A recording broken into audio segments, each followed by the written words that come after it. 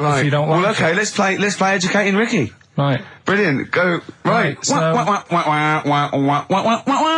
Ding-a-ling-a-ling-a-ling-a-ling. Educating Ricky. Right, what we going for then? Hanging the bacon, airy Chinese kid, alien gives man a beard. I think Alien gives man a beard. I'd like to do that. Right, there's this fella, I think it happened in America, and he saw a bright light in the sky. And God, if you're bored. and he stood there. This is a true story, is it? Yeah. He stood there, Yes, of course it isn't, Steve. and he saw this bright light, and it came closer and closer, and it was a UFO, right? Yep. And he looked at it, and it disappeared, right? And he gets back in his car, He looks in the mirror. and he looks in the mirror. Yep. He's only got a beard. He hasn't. You sure it wasn't someone else who got in the car and he was still standing out there? Right? What? And it turned out, Yeah. he got home and said to his wife or his girlfriend, it's a bit weird. So I just got out of the car to look at a bright light, and I got back in the car, I grew a beard, and she said, never mind your beard, where have you been for 3 days? And what had happened is... He passed out because he was pissed. No. The UFO had taken him for 3 days. Yeah. But he'd only thought that he'd only looked at it and it went away. Yeah. But what had happened is, he yeah. took him and Yeah. he grew a beard because he hasn't had a shave. Right, okay. I mean, was Will Smith or Tommy Lee Jones anything to do with this at all? Did you see this on a video maybe and thought it was an educational film? No, it's from a book that some kind person sent in to me. Here. Can I just ask again, just again, I'm just throwing this right back at you. Do you think there's any other possible answer here? Right? A man is absent for 3 days from home. He's grown a length beard. of time that it could take to grow a beard, lest we forget. What if he hadn't actually seen a bright light in the sky? What if he was he'd been lying? What if drunk? he was lying? He got knocked unconscious. He'd had a car crash. Just any lying. number of other No, things. just lying. Or he was just lying. Yeah, he'd been on a bender, getting pissed for 3 Yeah, days and that with was his his mates. excuse to his wife. And they went, Dennis, what are you going to tell your wife? Well, wait a minute. Wait a minute. You're not going to believe I was out with you, lads. Just say you're only away for a minute. No, I wasn't away from it because of the beard. Oh yeah, look, it looks like you've been out for 3 days. Well, we have. That's Exactly. right. Okay, we've got to cover that then. Alien abduction. Great one. Okay, let's try that. Do you see? That's a little scenario there that could have been played out. So, when you say educating Ricky, what have I learnt from this? Never listen to you again. That's all I've learnt so far. Never listen to you. Yeah, we'll add a little bit more in here, right? To Well, spice this no. up. What do you mean? Add a little bit more. We'll add a bit more to this what I'm educating you about, Go on. right? There's only a law in America that says if you touch a UFO, you're going to get done. Now, why would they make a rule? I don't know that. Do you know, like, all their rules have a code? Carl, I genuinely do not know what you're talking about. Right. Do you know, like, how here they might have... Do you know I what? have no idea. Right. Okay. Do you know, like, over here... I'm listening to Capital and these headphones. I got Foxy on for yesterday. Right, let's bin that. No way, it's great. No, I want to hear about Airy Chinese Kid. let's play a tune. And Okay, let's come play a back tune, with come back with Chinese Kid, definitely. Some doors. Yeah, I Yeah. just thought I'd go back, take it back to the 60s. This is a tune that a friend of mine sent If me. you touch a UFO, you get done. Soul Kitchen from the Doors. Shambles today, this. David Bowie, Slow Burn. Yeah. Quite a Eno trilogy Yeah, feel not bad about at it. all, Lodger yeah. Is and it a sort new of tune? low type. Yeah. But yeah. Enjoyable. Now, okay. That's stressful, isn't it? I think we've got things working now. We've had people coming in and out, just shaking their head, going, "Shouldn't have bought that desk." But it's all sorted now, I think. And You notice how it took about 25 minutes for them to come down as well, though? Do you feel like we're maybe quite low in the pecking order in the building? Definitely. You know, it's like Capital First, Capital Gold. They can shoot off to other sort of pirate stations. Yeah. People's car radios, then they come back here. Oh dear. Oh, I had a job at Richard Sounds. Yeah. Light fitting was buzzing.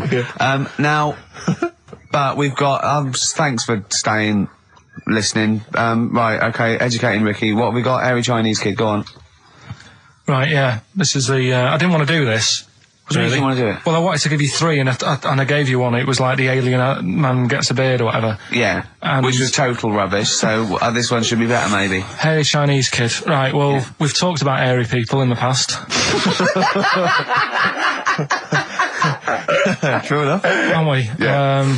You know, the little kids who grew up in woods and hung around with wolves and that. Yeah, again, you're confusing it. Yeah, they're not.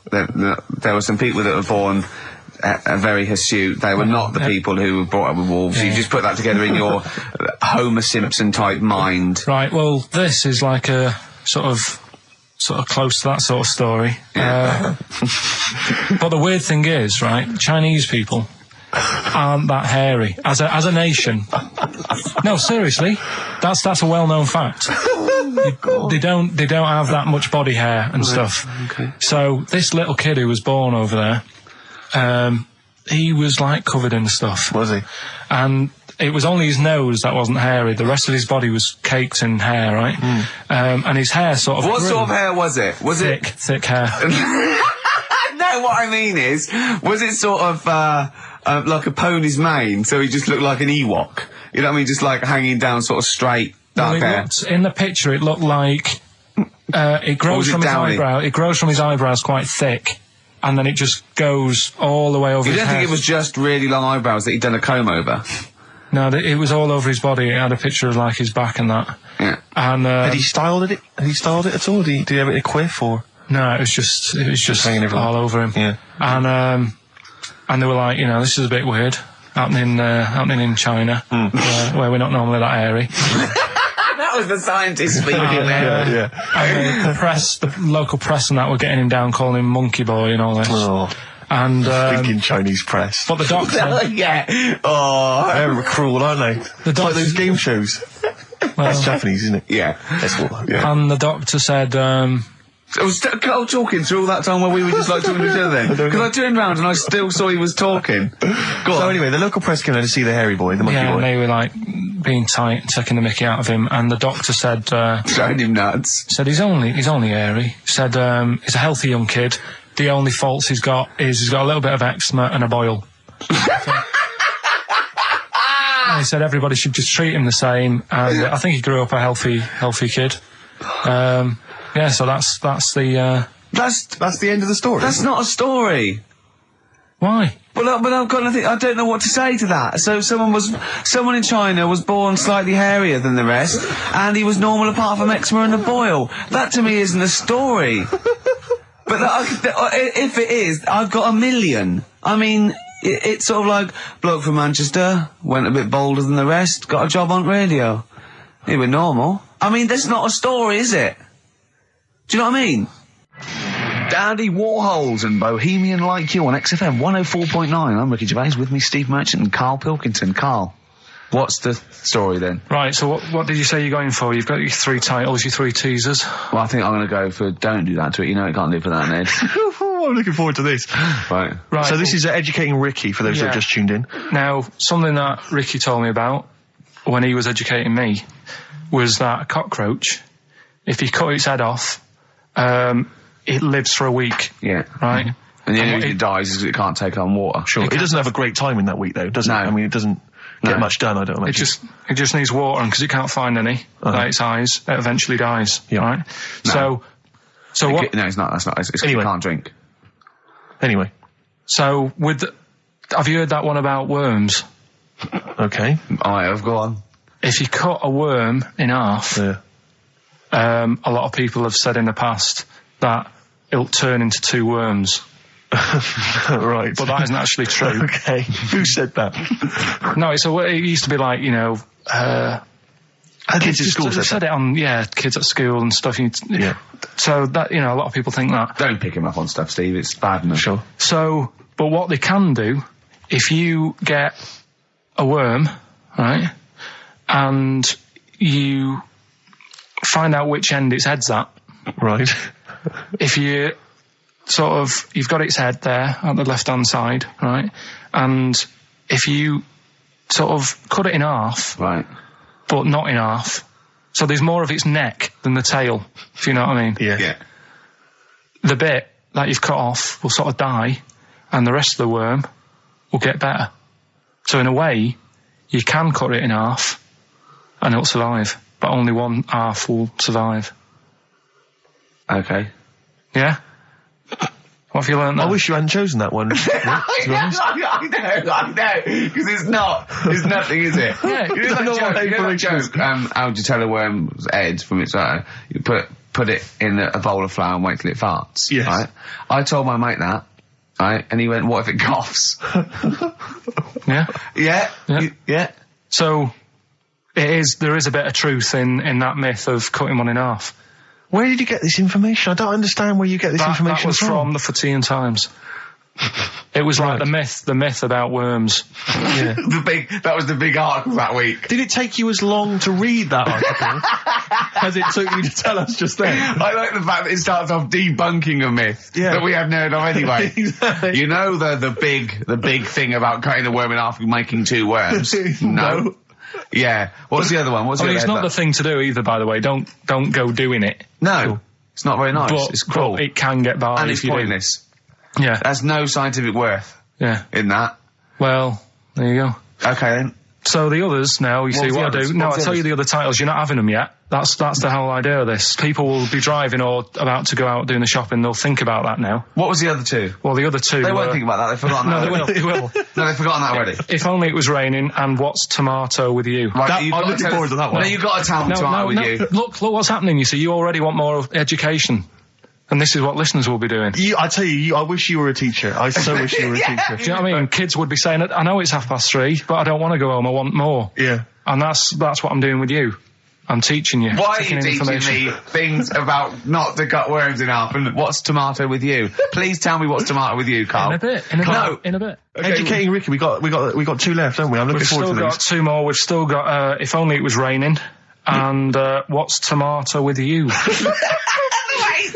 Coldplay, The Scientist on XFM 104.9. Right, competition, isn't it? No, it's Educating Ricky Part 2. Oh, is it? Yep. I wasn't even listening. He's doing all the work, I wasn't even listening. Oh, and he spilled some water down that. Right, what's this one again then? Right. What's the teaser headline? Teaser headline is What's Tomato With You? Brilliant. Yeah? Good. How excited were you when you came up with that? You couldn't wait to come in and tell us, could you? I think it's a good one because you won't forget it now, will you? Okay. I mean, like the worm one. What's so special about the worm? A lot of people think that if you cut a worm in half, 2 worms will grow, but no. What happens is if you cut the head end slightly nearer the tail than the tail will die, but the worm with the head will be okay. So, it's exploded a myth. And taught me something. Right, so the second one is part 2 of Educating Ricky. What's Tomato With You? Yeah. What this one's about is, ages ago... It's scientific. There's never a date. There's never a country, a location. Okay, settle down, children. This is A-level history. Right. Once upon a time. Yeah. When a mental place with swords was a king. Forget his name, but he was a loony. So, and it was we're literally ages ago. Yeah. So, good luck in the exam. Yeah. Right. So, alright, many years ago. Oh, yeah, cleared that up. Go on. They thought tomatoes were poisonous. Right? Okay. Because what hold on, are they going to be proved wrong at the end of this story? Well, because I don't want to give away the ending, but is it something to do with are they poisonous tomatoes? No. Oh, you're having a laugh. I don't believe it. Go on. They could have been eating tomatoes all this time. Oh, Steve, what's tomato with you anyway? Okay, so hang on a minute. Let's just recap quickly. Many years ago, when people thought tomatoes were poisonous. Yeah. Go on, Well, they didn't know they were poisonous then because they were still eating them. But what was happening? But they're not poisonous. But hang on a minute. All right, and it's not. I'm just going to listen. I'm not even going to talk. I'm not going to take it anymore. If you remember, years ago they didn't have like pottery plates. they had lead plates. Right? What are you talking? Just let him talk. Sorry, what year is this? Let him talk. Come on. Plates made out of lead, and what they'd end up doing, they'd say, right, do you want a tomato? And they'd go, yeah, all right. And they'd put the tomato on the lead plate and cut it, and because of the acid in the tomato, right, it would sort of make the lead runny, and the lead would go into the tomato, and they'd say, oh, it's lovely this, and they'd be eating it. They'd get food poisoning, lead poisoning, what have you, and they'd be really ill. So they thought tomatoes were poisonous, so they didn't eat them for many years. And when you say they, do you mean the people of Narnia? Yeah, this didn't happen. Where was this happening? Sort of in Britain and that. You put him on the spot there. Oh, I hope there's no uppity pupils at this school when they go, what do you mean, sir? Oh, if you're going to... Oh, I'm fed up with you. Do you understand? No. So the No, you've got... No, right, okay, first of all, Carl, where'd you get this information from? Where did I 14 get times that? as well? Do you know? You can't remember. I don't know where I got that from. I don't know where I got it from. But why don't you think that makes sense? But, what? Someone once got lead poisoning from a tomato? Not just one, loads, and then all of a sudden... No. Why is this educating me? Because I'm telling you that tomatoes... I can't take anything away from this. I don't know what to take away from this. What have I learned? What have I learned? Don't mix lead with tomatoes. Why is this educational in any shape or form? What are you telling me? A long time ago in the land of Glunk, right, where the ninnies did slib, right, they thought tomatoes were poisonous because they ate plates of lead. What are you talking about? Yeah, but we all know tomatoes aren't poisonous. Is that what we're taking from the story? Is that the moral of the story? Don't believe these people that I'd never heard of before. What are you talking about, Carl? I think it's a bit weird. It's a bit weird, yeah. It's the same people that were spreading those malicious worm rumours. My hangover's coming back. I've got to get some water. Play a record that was rubbish. Anyway. Educating Ricky. Good, we've settled that then. Go on. The titles that are meant to sort of pull you in. Yeah. We've got, what was it? Stocking, Aitken and Waterman. Yeah. You've got It's Not His Fault. And Get a Load with This. Get a load of this. So, which pun do I pick first? I think I'll go for Get a Load with This. Get a lobe of this. Yeah, get a lobe of this, yeah. Well, that's a story about a girl who, she was deaf, right, for 4 years. And, it happened quite a bit back this. What year? Or was it, I think it was ages ago, was it? Yeah, quite a bit back. She was deaf for about 4 years. Having an argument with her mum, it said, which I didn't quite understand. Because I don't know how they do that. Yeah. But she was having an argument, and a man pushed her against a wall, and she banged her head, and her hearing came back. Okay. Was she wearing a Walkman, and it fell out? And she'd realised, There's no explanation. There's no explanation? Well, why is that teaching me something then? So I knew you'd say this, right? So I thought, right, I'll stick something on it. Do you know that bees are deaf? No, you can't just, no. If you ask someone something they don't know the answer to, they don't tell you something else. Just, I'll tell you something else then. I can't answer that, I'll tell you something else. Imagine that, if you asked a teacher. Look, how do birds fly? Wow, if you're going to do that, tallest building is, I mean, what? Well... That was the equivalent, Carl, of running away when we asked you a question. Yeah, the intellectual equivalent of going, look over there, there's a monster. Yeah. Listen, what do you mean? What she... Okay, so... So her hearing There's no came back. explanation. There's no explanation. Or you don't know. Well, there isn't one, is there, really? It's a bit What, weird. But the only did thing the doctors not look into it? No, I think they just said, oh, that's good. So again, I don't... Where did this information go? Is that... If you read this on the net, is that all they put on There the was net? once a deaf woman who hit her head and she And her could hear. hearing came back. It was bizarre things about being deaf. Was there And- three, Yeah. was there I've sort got of- that book. Yeah, it's a good book, that. Was there three Yeah. more pages you just couldn't be bothered to read off? Yeah. No, it was just a little bit. And it Was there a said- little picture, a cartoon picture? No pictures, I just And we read go, it. ow. Look, Ow, if you I don't can want to hear. know, if you don't want to learn, you know. Yeah. Okay. It's not his fault. Let me have It's Not His Fault. You got to save this. This has got to teach me something. It'll be an interesting story. Right, It's Not His Fault. This fella, Yeah. What year? Ages ago? Olden times? I'd say in the 70s. Okay. Would you? Any evidence for that? And, Does he wear flares in the story? Right. Is that your reason? no, it's a bit like Yuri Geller, this fella, right? Where yeah. he's electric. He's electric. And, if he walks past the telly would fizz. Uh-huh. If he walked past the radio, it all goes like that. Ooh. His hair stuck up all the time. And he'd be having a bath and everything would be all right. And then the power would sort of switch on in his body. And the electric in his body made him jump out of the bath. So... What do you mean so? What is that so? What does that so mean? You've given us nothing. You've given us nothing. You'd have to at least give us the scientific explanation. Yeah. Electric eels have 400 volts in them. Oh, is this the running away again?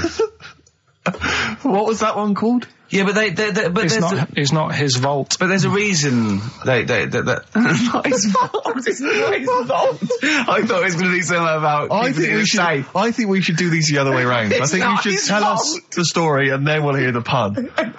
It's not his fault. It's not his fault. Right, let's leave it. Play a tune. Forget it. Educating Ricky. Doing it. We're not doing it. No, we are.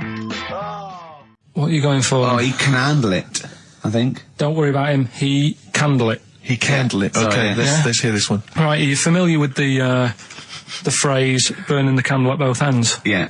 Do you know how it's come about? I know a man who does. I assumed that it was to get more light in the room. How would that work? Well, they'd put it sideways and light both wicks, so out of one candle they could get two. No, go on. No, what it is... It means you're doing too much, you're staying up too much, right. You're not getting enough sleep, and you're... Well, years ago... Yeah. When they didn't have light bulbs and that. Oh yeah, what year is this? Literally ages ago, specifically. Yeah, quite a bit back. Mm-hmm. Okay. Didn't have light bulbs and that, so they used to have candles. When did the light bulb come in? Because I can't remember at the moment. Don't know. Okay, go on. So, yeah, so they've got a light bulb. You wouldn't know. You're a doctor. You're not a historian. Go on. And people who worked a lot of hours. Yeah. How many? Literally lots. They get up early in the morning because they have to be up early. Yeah. And it's dark outside, so they'd light the candle. Sure. And they'd wear it out a bit, and then they'd be getting in late as well. Yeah. And they'd be like, oh, it's dark. I'll have to light the candle again. And they're burning candle at both ends of the day. So that's where the saying comes from, burning the candle at both ends. So, all right, that's a little lesson. Yeah, lesson one. Okay. Can I have? No, you can't. Have you can't rush yet. into them, Rick. You've got to. I've got to soak in that. You've got to soak that one in. Any questions for Karl off the back of that? What do you think? So people were. I mean, basically, where this comes from is people were literally burning the candle at both ends of the day. Sure. There you go. So we've still got. Go on. I'm committed to this treatment. And I can't wait. This is like Christmas Rick, Eve for me. It's like Christmas. I've got to open another present now. No, I'm afraid we've got to save it. Rick, raw Nirvana. Amazing. We were just talking. We were getting excited about that. Yeah, aren't we? got an incredible brilliant. voice he has. And Grohl drumming it's brilliant. You know, you're right. The new one from Nirvana. Well, it's time for Educating Ricky Part 2, isn't it? I'm excited, Karl. I'm going to learn so much from this. What's the choices again? What you've got left. Still keep phoning your answers to Email. Sorry, yeah. The answers to Rockbusters. Yeah. Right, okay, Educating Ricky, Part 2. Right. I'm committed to this treatment. Yeah. Is one. I've got to go for that one. Yeah? Yeah. Or the other one is the police are causing a bit of a stir. He still says it like it's the best thing he's ever come up with, which in a way is. It could be. Right, go on then. I'm committed to this treatment. Right. Do you know the saying... Is it just sayings now? Are they all sayings? This no, they're not. Okay. No, the other one isn't. Frog in your throat? The saying, there's a frog in your throat? Yeah. I assume it's when you croak a little bit. You sound like a frog. No. Right. Might seem a bit weird, this one, right? But years ago... Oh, yeah. Sorry, what is that clue? Committed to this treatment? It's about frogs committed.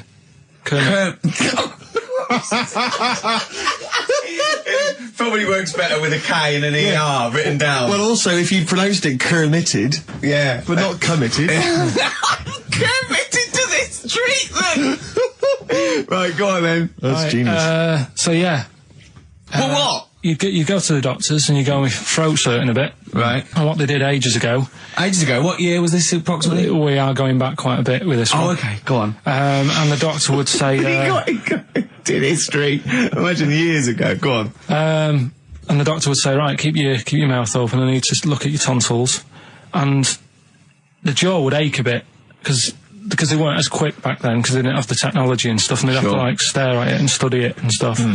And they get an achy jaw, right? Keeping their mouth open. Yeah, you get, you eat a Mars bar or whatever.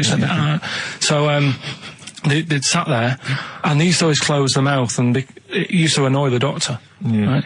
Oh. So what they did, they used to get a toad, right, and put it in the mouth. Rubbish. Okay, keep talking. Keep talking. And that way, they couldn't close the mouth because either they'd squash it, Right. or apparently you're not allowed to lick a toad's back. So the doctor would have them for breaking the law. No, but it's poisonous, right? A toad's back. You should never lick a toad's back. Or put it in your mouth, really. Oh, just stop for a second. Wait. What? Can I just ask one question? Go on, yeah, Ask one question. I've got a few, but go on. Sure. My initial thought is, it sounds like a brilliant bit of sort of medical knowledge there. It's a great idea. Yeah. My only thought is, how does the doctor see past the toad? Yeah. Your tonsils? What's he actually looking at with the mouth open? Surely the toad is in the way. Hopping around in the way? It didn't say. Sorry, and my first question is, was this on the internet? Yeah. Yeah, okay. Carl, that is bollocks. That is, I mean... Well, alright then. Let's turn this round. Where does the saying, you got a frog in your throat come from? Probably because you sound a bit croaky. Probably that. Probably because you sound a little bit like a frog when you've got a sore throat. Carl, did you not question it just for a moment when you read it? Just for a second, didn't you think, that seems an odd approach? Firstly, why a frog, of all the different because species? Because it's poisonous. A toad. So it's a toad as well? Yeah, well, that it worked. I'm committed. Worked. No, my point is it's frog in the throat. I was going to change it to, have you heard the news Toad Day? But I went with the frog.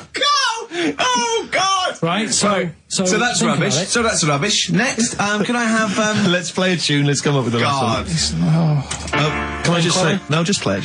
Yeah? Yo, Carl. I have to thank my mate Dave, who sent me an incredible 4-disc compilation. That was one of the tunes on there. It looks professional. It's amazing. It's incredible, The effort yeah. Oh, is he's gone to too much effort.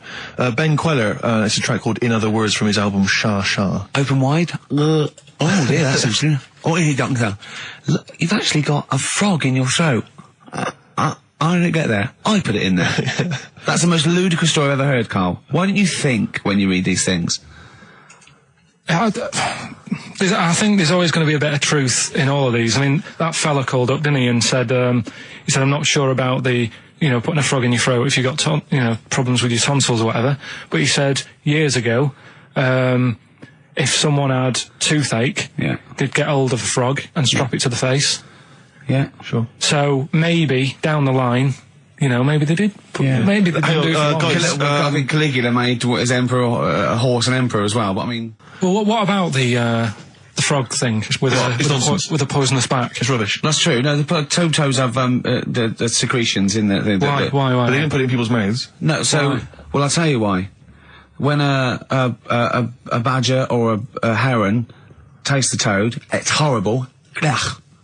The toad might die, but it's for the good of the species, because then think how many toads looking like that heron could eat in its lifetime. So the fact that one toad sacrificed itself, all those other toads in that heron's manner will be safe. Why? I mean, we've talked about animals a lot on the show, right? Yeah. And when God made a toad... Sure. Right, okay. Well, I'm going to stop you there. Straight away. Don't. Just let him carry on. Right. Okay.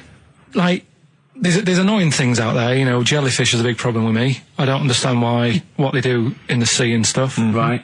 Right, but we'll leave them. Got right? to problem for me, but go on. We won't talk about jellyfish. No. With the toad, right, if it's to protect itself... Yeah. Right, now it's not to protect itself, it's to protect its species. No, yeah, but that, surely, right, if the toad had a choice, if God said, right, what I'm going to do for you here, you can have something like a lobster's got claws, big claws, do have a fight. Or I can give you something that if someone's having a go at you, you've got to try and persuade them to lick you back as a defence. Yeah. What use is, right... Oh, God's... Well, I'll tell you why. What is God up to? The fact that there are still toads around is a testament to that defence working. That's all I'm going to say, okay? If the toad had died out, you'd have a point. But they're still around. It works, alright? And don't start slagging God off. He's got a lot on his plate. Basically, I think he took on too much. Particularly in 1 week. Exactly, it was crazy. Danger High Voltage, Electric 6, XFM 104.9, I'm Ricky Gervais, with me Steve Merchant. Carl's getting all flustered because I put an elastic band around his head. And we've had a definition of... Well, hang on a second, because there's an update to that, Rick. Go on. We did just have, one definition here of a frog in the throat. Apparently this has come from some internet site, so who knows how convincing it is, but it says frog in the throat, meaning suffering from temporary hoarseness, needing to clear the throat. Origin from the Old English frogger, meaning hoarseness. That's from Chris. Now that sounds slightly suspect to me. Why? But frogger? I mean, it seems odd that it would derive from that when it so clearly appears to be you sound like a frog when you have a sore throat. Yeah, but the word frog could come from Frogger, because it sounds like it's croaking. Wasn't Frogger a game you could play on the on the Spectrum? Spectrum, Great game. But listen, hang on, there's an update to that, because just to The common frog, of course, Rana temporara, that's the Latin name. Well, your toad is Buffo Buffo. You may be trying to show off, but I think you're about to embarrass yourself as well, on. because you've been slagging off young Karl. Yeah. It says here, another email, it doesn't tell us who it's from. Although it's hard to believe now, at one time, medieval physicians believed that the secretions of a frog could cure a cough if they were coated on the throat of the patient. Yeah. That in itself sounds repulsive, but what makes the idea even worse is the application of the secretions. Instead of painting the treatment on, something which may also have seemed rational, a live frog was placed into the mouth of the sufferer, where it remained until the physician decided that the treatment was complete. Right. Apparently Shakespeare's son-in-law, that's a question mark, I don't know what that means. Anyway, it's no wonder that today a froggy or croaky attempt at speech is said to be a frog in your throat. So, you can see that what's happened there is Karl's misread or been slightly misinformed about a medieval practice. In a sense, you're both winners, just for taking part. I'll bacon in the morning if you're sick of having me. Right, I'm having that one. That's brilliant. Right, well, it's a saying. Do you know cold shoulder? Giving someone the cold shoulder? Yeah. All right, if you have someone round at your house and, you know, you try to get rid of them and they're hanging around and stuff and you're like, oh, I wish they'd go, I'm tired and that. Well, years ago... when? Literally years ago. Well, ages ago. Sort of... Olden times. I think it said medieval times. Yonks ago then, yonks ago. Yeah, medieval, yeah. We're going back quite a bit on this Well, one. you know when you find out these books, why don't you just pop down when it was? Just make a note. I don't think it says all the time. It just sort of says, you know, a few years back. Yeah. No, it doesn't. Well, Never. All right, I'll make an effort next week. Okay. Right? So, it's annoying that, because my girlfriend said to me, just make a note of the time, they'll stop having a go at you. Yeah. Yeah? And I kind of thought, it's all right. Didn't listen. I don't think it matters anyway in this one. We're looking at the saying, right? So Yeah. it's giving someone a cold shoulder, right? And what it is, right? Ages ago, there wasn't enough houses for people. Right. Because there wasn't much money being made. You know, there weren't big businesses. People weren't earning good money like they are now. So there wasn't as many houses, right? So what you ended up getting is like, you know, the rich people having a nice place to live. Oh. And the poor people were like wandering about, you know, looking for places to live and that. And what they ended up doing is they had like, people would go around to the mate's house and say, look, I haven't got anywhere to live. It's a bit cold. Can you let me stay? Right? So they'd go, oh, all right, then you can stay a couple of days. But they ended up staying for like weeks. Yeah. Right? So to sort of get rid of them, what they'd end up doing, they'd be making the dinner and they'd be making a lovely dinner, like a bit of meat, nice warm meat, and nice veg, gravy. And This happened every time, did it? No. This is where the saying came This from. is what happened, Rick. This is what how happened. every time. It was in that vague book. The book of vague sayings and stuff. Right, so they'd be making a nice meal, but what they did, they looked after all the family. But the person who won't go home, they just give them some, like, sort of a cut-off of cold meat. Right. So they'd say, you're giving them the cold shoulder. Meaning... Right. Okay, that's rubbish. Okay. Absolute. Carl, why would that necessarily work? Yeah. Why do they always, in every situation when you want to get rid of a lodger, well, still feed him every day, but make the meat lukewarm.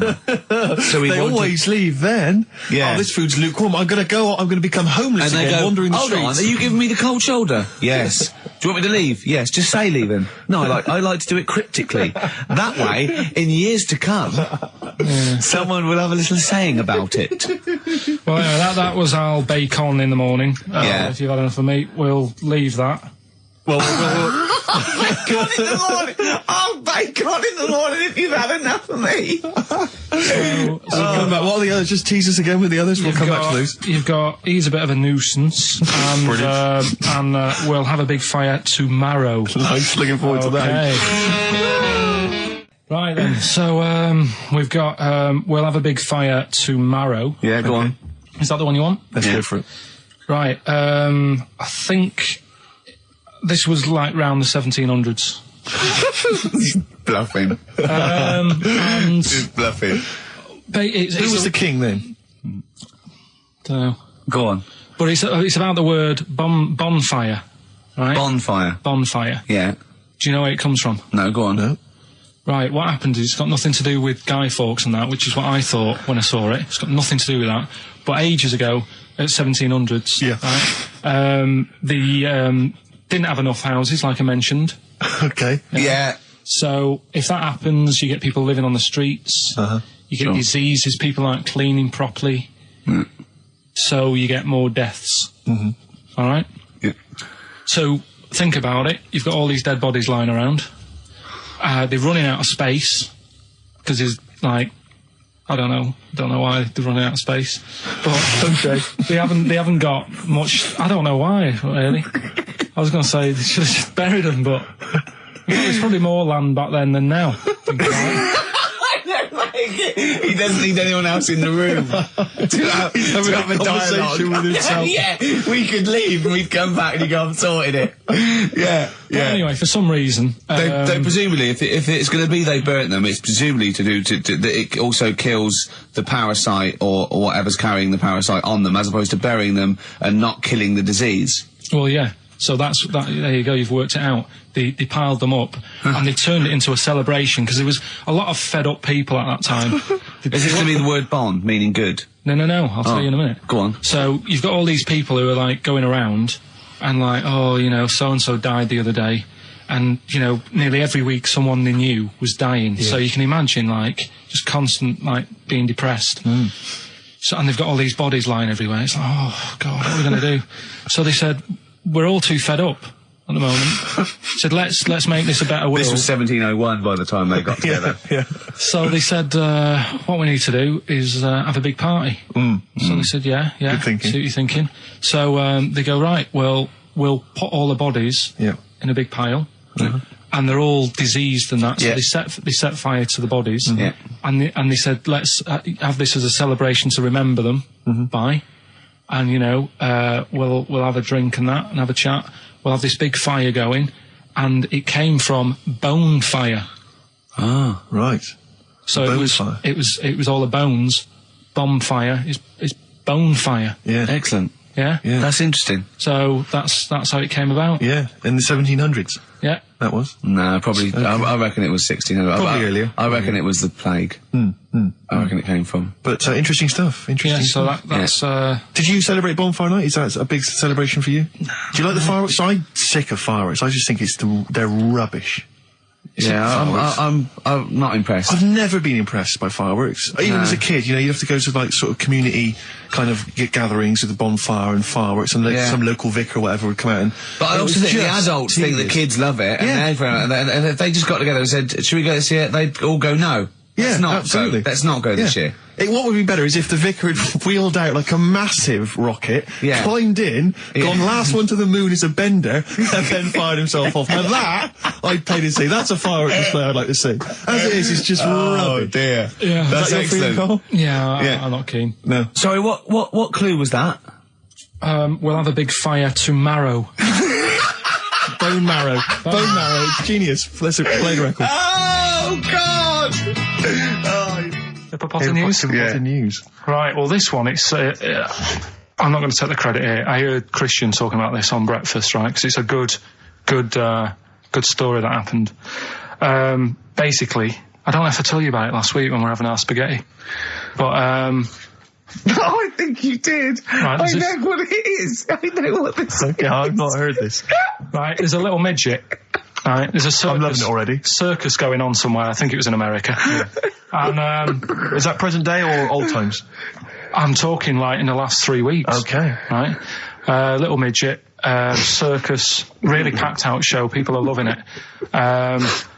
Steve, you'll ask the same question I did. I know. So there's a little midget jumping up and down on a trampoline. That's what circus is.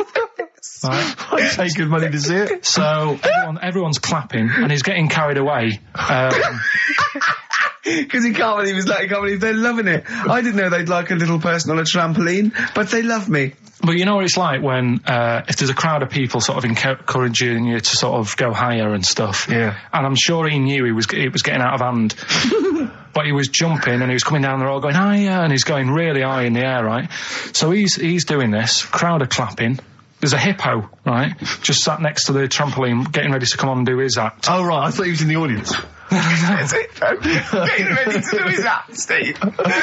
Yeah. So he's a ventriloquist. What do you mean he's sitting by the trampoline waiting to do his act? Because why does he sit in the dressing room and they go, 5 minutes, Mr. Muss, 5 minutes, Mr. Muss. So anyway, right, so the hippo's there. He's getting annoyed, is he? Because the midget's He's going, how can I follow this?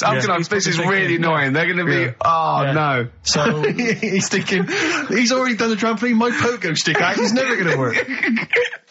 Yeah, go on. So there's a hippo waiting. See, it's a great story, and I just know he embellishes it or it gets slightly wrong. Go on. So there's a midget jumping up and down. The hippo's getting annoyed. The crowd are going mad. The midget's loving it. Can't believe his luck. Although you think he probably knows he's dicing with danger. Yeah. So next thing you know, they're all saying higher. He gives it one big, heavy sort of landing on the trampoline, goes really high, but goes off at a funny angle. Oh, hypotenuse. Okay. Yeah. And sort of flies up. Hypotenuse! Sure. Flies off at a funny angle. Ooh, dear. Hippo's there, swallows him whole. Crowd are clapping, thinking that's why the hippo was waiting there. Rubbish. Rubbish. It's not rubbish, though. But no, maybe there was an accident in a circus with a midget and a hippo, but at no point was this hippo waiting to go on, going, come on. The midget flew off at hypotenuse and landed in the hippo's mouth and was swallowed whole. This is what you embellish it. That is great. And what's I have to say, though, Rick, when I heard midget, trampoline, hippopotamus, I was thinking accident waiting to happen. Yeah. So...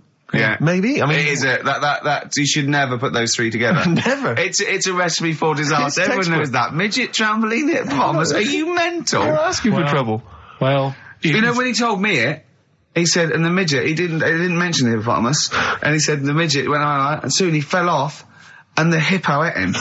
And I said, sorry. What was the hippo doing there? He went, it's a circus. I've never heard of a circus having a hippo. No, what do hippos do? What can they do? You can't train them, can you? What do you Aren't they, very deadly? They're huge, aren't they? You can't have a hippo in a circus. Are you sure? You're not thinking of Zippo? He's neither kind. Yeah. No, and it wasn't some sort of where Zippo was eating a midget and it's some sort of horrible sexual act. No, it was definitely, I heard it on breakfast, right? Oh, okay, sorry. No, it's definitely fact. Yeah, okay, right, truth. okay, good. Can you believe it? Can you believe it? So, they're the two that are left. Which one's you going for? Can you believe it is not that picture, is it? That we saw. Which picture? The bloke with the... No. Right, okay. God, that was bad. Right, okay. So... I just better explain we that. We can't really discuss this on air, can we? Well, we can. Steve brought in, Carl, the best book ever, which is, what is it? I found it when I was moving house. It's an FHM publication, and it's kind of like lots of grotesque pictures and stories, and like a book of freaks and weirdos and grotesques. And Carl opened it, and the first one was like... At the back. At the back. Well, you couldn't believe your luck, could you? What was it? What was number 50? A bloke with two heads. And he said, what's number 1? Yeah. And then number 6, there's a bloke who's a squid or something. Octopus. Yeah. Yeah.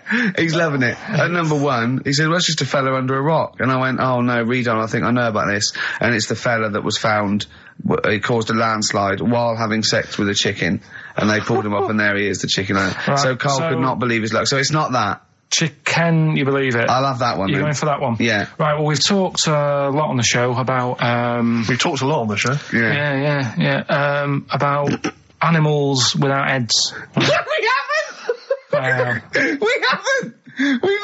We talked about cockroaches could live without a head for 7 days. Yeah, we've talked about that. And then, of course, there was the the well-known one about the fella who had his head cut off, and he blinked. He said to his mate, "Count how many times I blink when my head comes off." Yeah, when you told it to me, you said his head came off, and he said, as he said, it was in the basket, he said, "Quick, count how many times I blink." And it was Nick Frost that had to go, "No, Carl, no, he said it before." I went, and that was lovely. So yeah, we've talked quite a lot about things heads coming off. Go on then.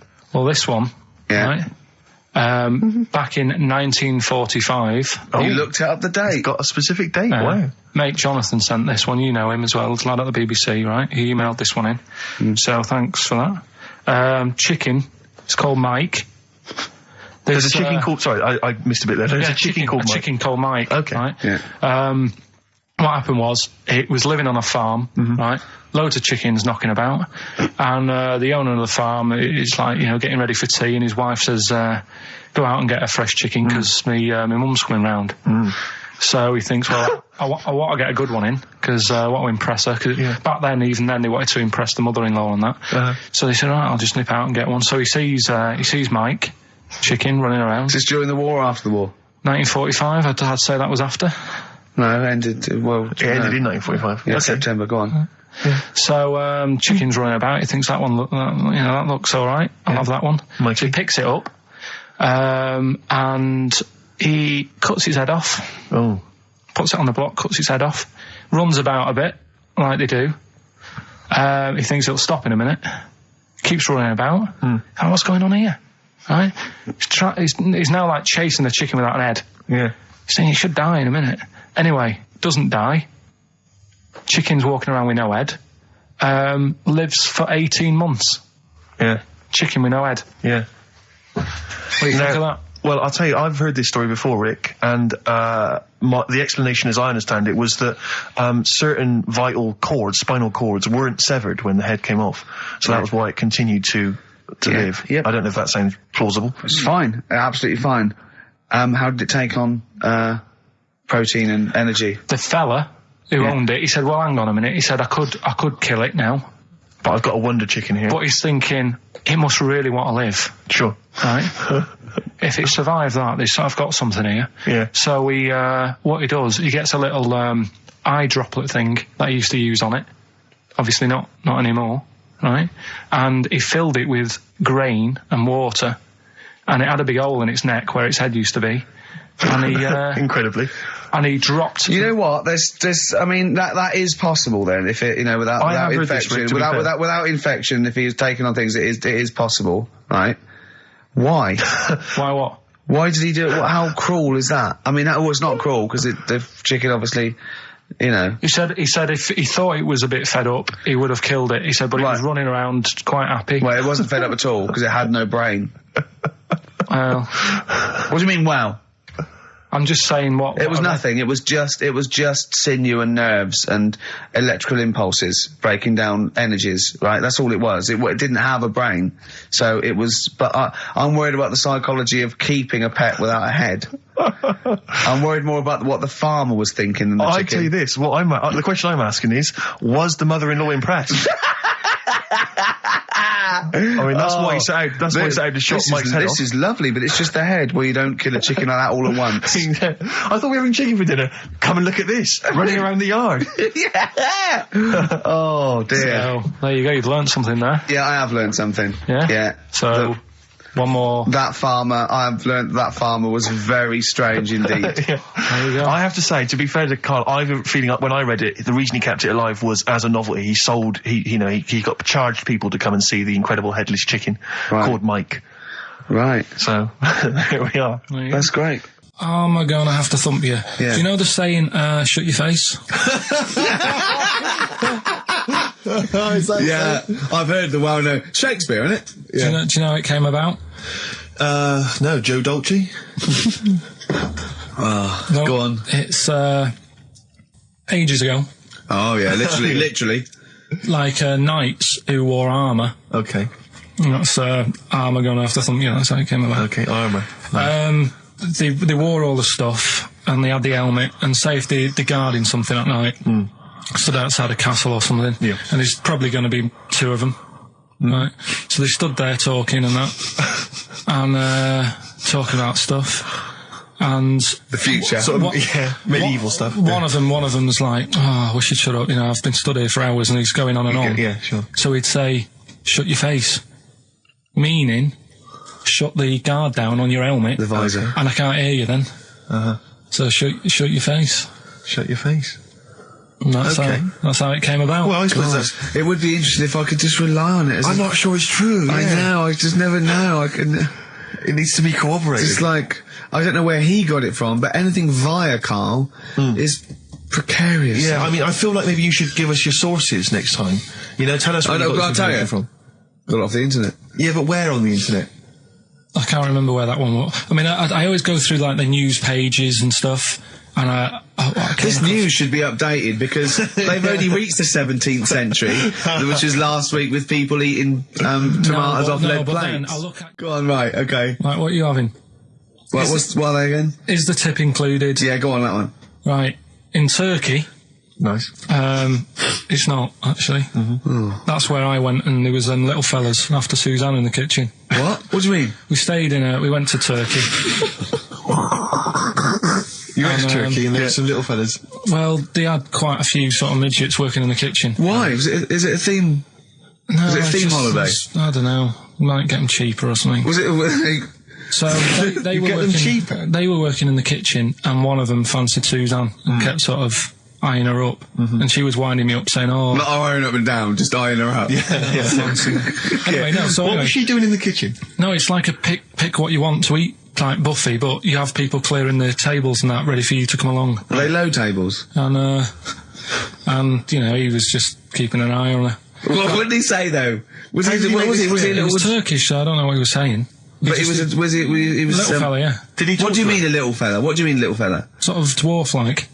What do you mean dwarf like? He had magic powers or he was 4 foot? No, What do you just mean, A Karl? little bloke, just like a normal bloke, but small. If you stood him in the desert, you wouldn't know.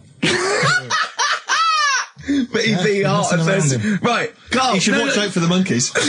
Yeah, underground. There's underground monkeys Look, are look, you can't just say there was a little midget fella who was eyeing up my girlfriend and then leave it. What do you mean? What was happening?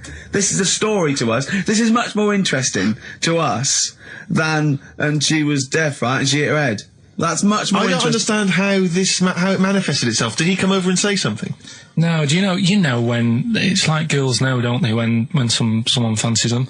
What do you mean there was lots of them as well? Do then? they? That's worth knowing. Listen, right, go on, right. So you went to this holiday, yeah? Yeah, wasn't And you that went good? into the downstairs room or something? Yeah, downstairs. And in you the looked dining over- Thought this is all. There's no one serving. Yeah, and they go, Wait a oh, minute. hold on, you looked down and there was a little waiter. room. There was loads of them running around busy. Why, though? Why did Because they it get was the... summer. What do you mean? Because it was There was loads of summer. them. They had more of them They on. come out in summer. They come out in summer. What do you mean they had more... What do you mean? Because it's busy, isn't it? Well, no, but they Summer. hibernate in the Why winter. were they all midgets? I don't know, maybe it doesn't heat stunt your growth or something.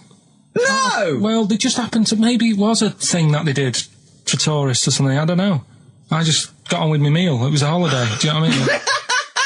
God. This is not right. So it's a midget serving. I'm not going to ask any questions. Right, okay, yeah. So they're all little fellas running around, and this one always was like, you know, oh, do you want a new serviette? You know what I mean? Going out of his way to sort of... for turning on the yeah, charm. yeah. Yeah, he was going out of his way. The others weren't. Right. I think what was happening is he'd been working with Santa all the winter. Yeah. This is sort of little summer break. This one He was hadn't your seen a girl. waiter, and so he was being polite to you. Maybe. But what did Suzanne say then? Well, she was using it to wind me up. What was she saying? Oh, Oh, just like, you know, look. he may be small, but he's Well, built like a... Yeah, he's all man. so Were you jealous of a midget then? You were jealous of it him? is a bit annoying, isn't it? Why? It wouldn't bother me as much now, because I've been with her for ages. Right. But at the time, that might have been one of our first holidays, and it's like, You don't know, want to be what's going stolen on? I away paid by- for this holiday. Yeah. And then you get off with a midget. Yeah. Oh. So anyway, But it doesn't matter because you got chatted by a bearded lady. So. yeah. tell you what, no, that's got nothing to do with that. What were you going to say? What were you going to say? I was going to say the hotel was half board, and maybe. Oh, right. I thought you were going to say it's just one of her shortcomings. So listen, right? Play a record. Right. Badly drawn boy, born again. Right, just get this educating Ricky out of the way. So, Turkey, yeah. So what is this again? This is educating Ricky. Is the tip included? Right. Apparently, a fellow was on holiday in Turkey. Just having a normal holiday. Weather's good. he's having a good time. And Waiters are all normal height. Yeah. He's having his meal. He hears a load of screaming going on in the kitchen. Hold on. Has his girlfriend wandered in there?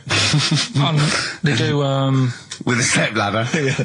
the circumcised people in the kitchen, and apparently... What are you talking about? Whoa. Slow down. We were Sorry, sidetracked there for a minute. what are you talking about? I'm excited about two things at once here. One, they circumcised people in the kitchen. Two, I guessed it was someone losing the end of their knob. He did, yeah. I started thinking like Karl Pilkington. Extraordinary. That is amazing. Apparently it was going on. It wasn't just a one-off either. Well, when I say a one-off, I mean they did it more than once. Yeah. Right? And there was... it was there for a week, and apparently the first night it was quiet, and then the rest of the week, every day, it'd be like having his breakfast, or even his lunch, or even his tea. Yeah. Right? He'd be doing it all day. Oh. You'd be hearing Lunch screams. and breakfast, fair enough, really. Yeah, Circumcision at tea time. Don't do that. And apparently it's a tradition over there. You can't even make a complaint about it. It's like, well, you should have found out before you come over See, it. I can't believe this is Sorry, true. I'm a little I bit can't lost. believe this is He was true. in a restaurant, in a hotel, and there were people having circumcisions in the kitchen.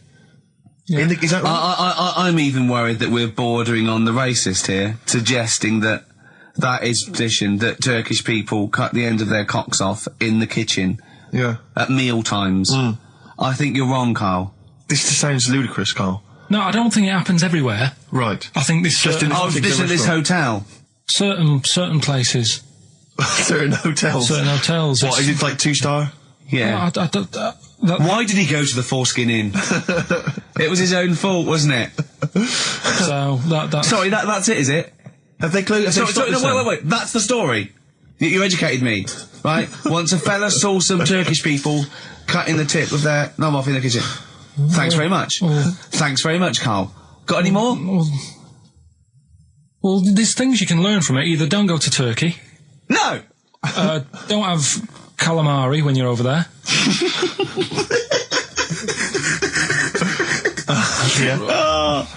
Karl, you've done it again. Well, You too. I love that one. On XFM 104.9. I'm Ricky Gervais, Steve Merchant, Karl. Okay, Karl, one more. can't we just... Don't get the ump, just because so far you've come up with nothing. What's the last one? Give us the teaser clue It again. was, I want to come here in hindsight. I wouldn't have come here in hindsight. Yeah. Right, give me some education. This will be the thing that teaches me something. I can feel it in my bones. Come on. There's a kid in Kenya. He was messing about with some beans. Magic. We guessed that as well. You did, yeah. He's fed up because we've guessed his puns, I think. He put one of them in his ear. Yeah. The mum or the dad said, oh, what have you done that for, or whatever. Yeah. So I'll have to take you to the doctors now.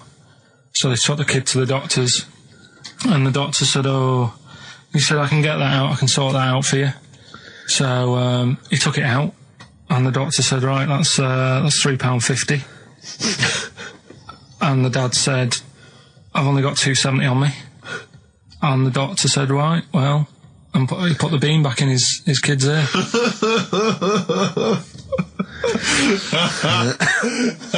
I don't know what to say. I don't know what to say. I mean, A couple of questions from me, very quickly. Are you sure that those were definitely the sums involved, were they? Well, the equivalent of whatever the deal with in Kenya. Yeah. It was the equivalent of, you know... £3.50. So what currency was it, Karl, that you translated into sterling? I don't know. No, it was saying in the thing, it said the equivalent of... £3.15, £2.70. Did it say that? Yeah. So Did it say that? Yeah. Karl, look at me. Did it say that? Yeah, it said that was the... Did it say that? Yeah. Yeah, it did. It definitely said that. Definitely. Yeah. So... Oasis, Live Forever on XFM 104.9. Right, we're in the swing of things. It's mine and Steve's favourite bit of the whole show. This is what we do this show for now. Educating Ricky. Yeah. Go for it, Karl. You said that learning can't be fun. Yeah. Yeah. Okay, I'll go for the one... What's the one about the butcher, going down the butcher shop? You've got get your kit on, we're off down the butcher's. Yeah. You going for that one? Yeah. Well, do you know the saying, don't let the cat out of the bag? Yeah. Do you know what it means? Yeah, well, don't give away a secret. Right. Well, do you know how it came about? No. No. Well, Ages ago. Before, like... Ages ago. 17th century? Yeah, before, like... Yeah, 17's good. Yeah. Before, like, you know, proper butchers and Dewhursts and supermarkets and that, you used to get these blokes who sold meat. Right. Butchers, they were called then, I think. Yeah, but the difference was they didn't stay in the same place, they moved about. Right, so they'd turn up on a street corner, and he'd have, like, loads of carrier bags of, like... Carrier bags? Yeah, with meat in and that, and people would Plastic be like, carrier bags? Yeah, with mobile butcher on them. Yeah. Right, so... and an email address. Yeah, go on. People went, right, yeah, I need some meat, right, so they'd go up to this bloke and say, what have you got? And he'd say, well, I've got a you know, you can have a bag full of pig, or you can have whatever, a bag full of chicken, whatever. Yeah. And they'd go, yeah, how much? They go, oh, you know, call it a fiver, whatever. Yeah. And they'd buy them, and to make more money, they didn't always fill the bag with what they said was in it. Oh, and yeah, I thought that might be the case. Right? Yeah. So what they used to do... Did they ever put cats in there? Yeah. But I don't see what... Okay, so sometimes they would put a cat in the bag and pretend it was chicken or whatever else. Yeah, so... But why was a cat any cheaper than a chicken? Because cats are wandering around the streets, aren't they? Chickens aren't. So they'd get a chicken, they'd put a chicken on the top so that when they look in it, they'd go, yeah, that's all right.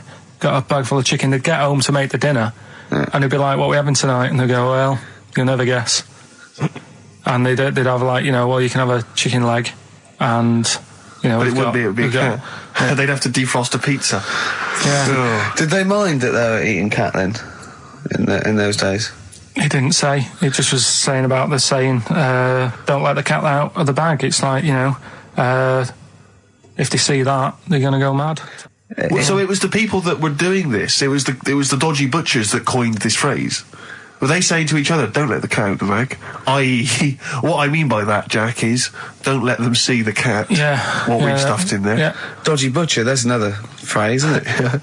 So that's the first one. Is that a euphemism, or is that dodgy butcher? As his meat delivered around the back. Sure. So that's that one. So let's get your kit on. What does that mean? It's a euphemism for homosexuality. Okay. And meat, presumably, in that means different things. It doesn't. It's a word that is also a male bird. Would it mean chicken or cat necessarily in that context? Or well, I suppose it could.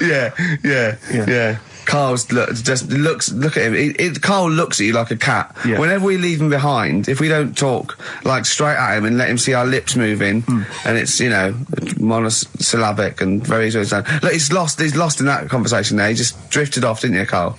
No, I just was also thinking on animals and that, something else was going to use. Go on. Alright, that's Aqualung. Good time's gonna come, innit? Right, Carl, come on in, educating Ricky. So, don't let the cat out of the bag, that's where that comes from. Comes from a crafty butcher.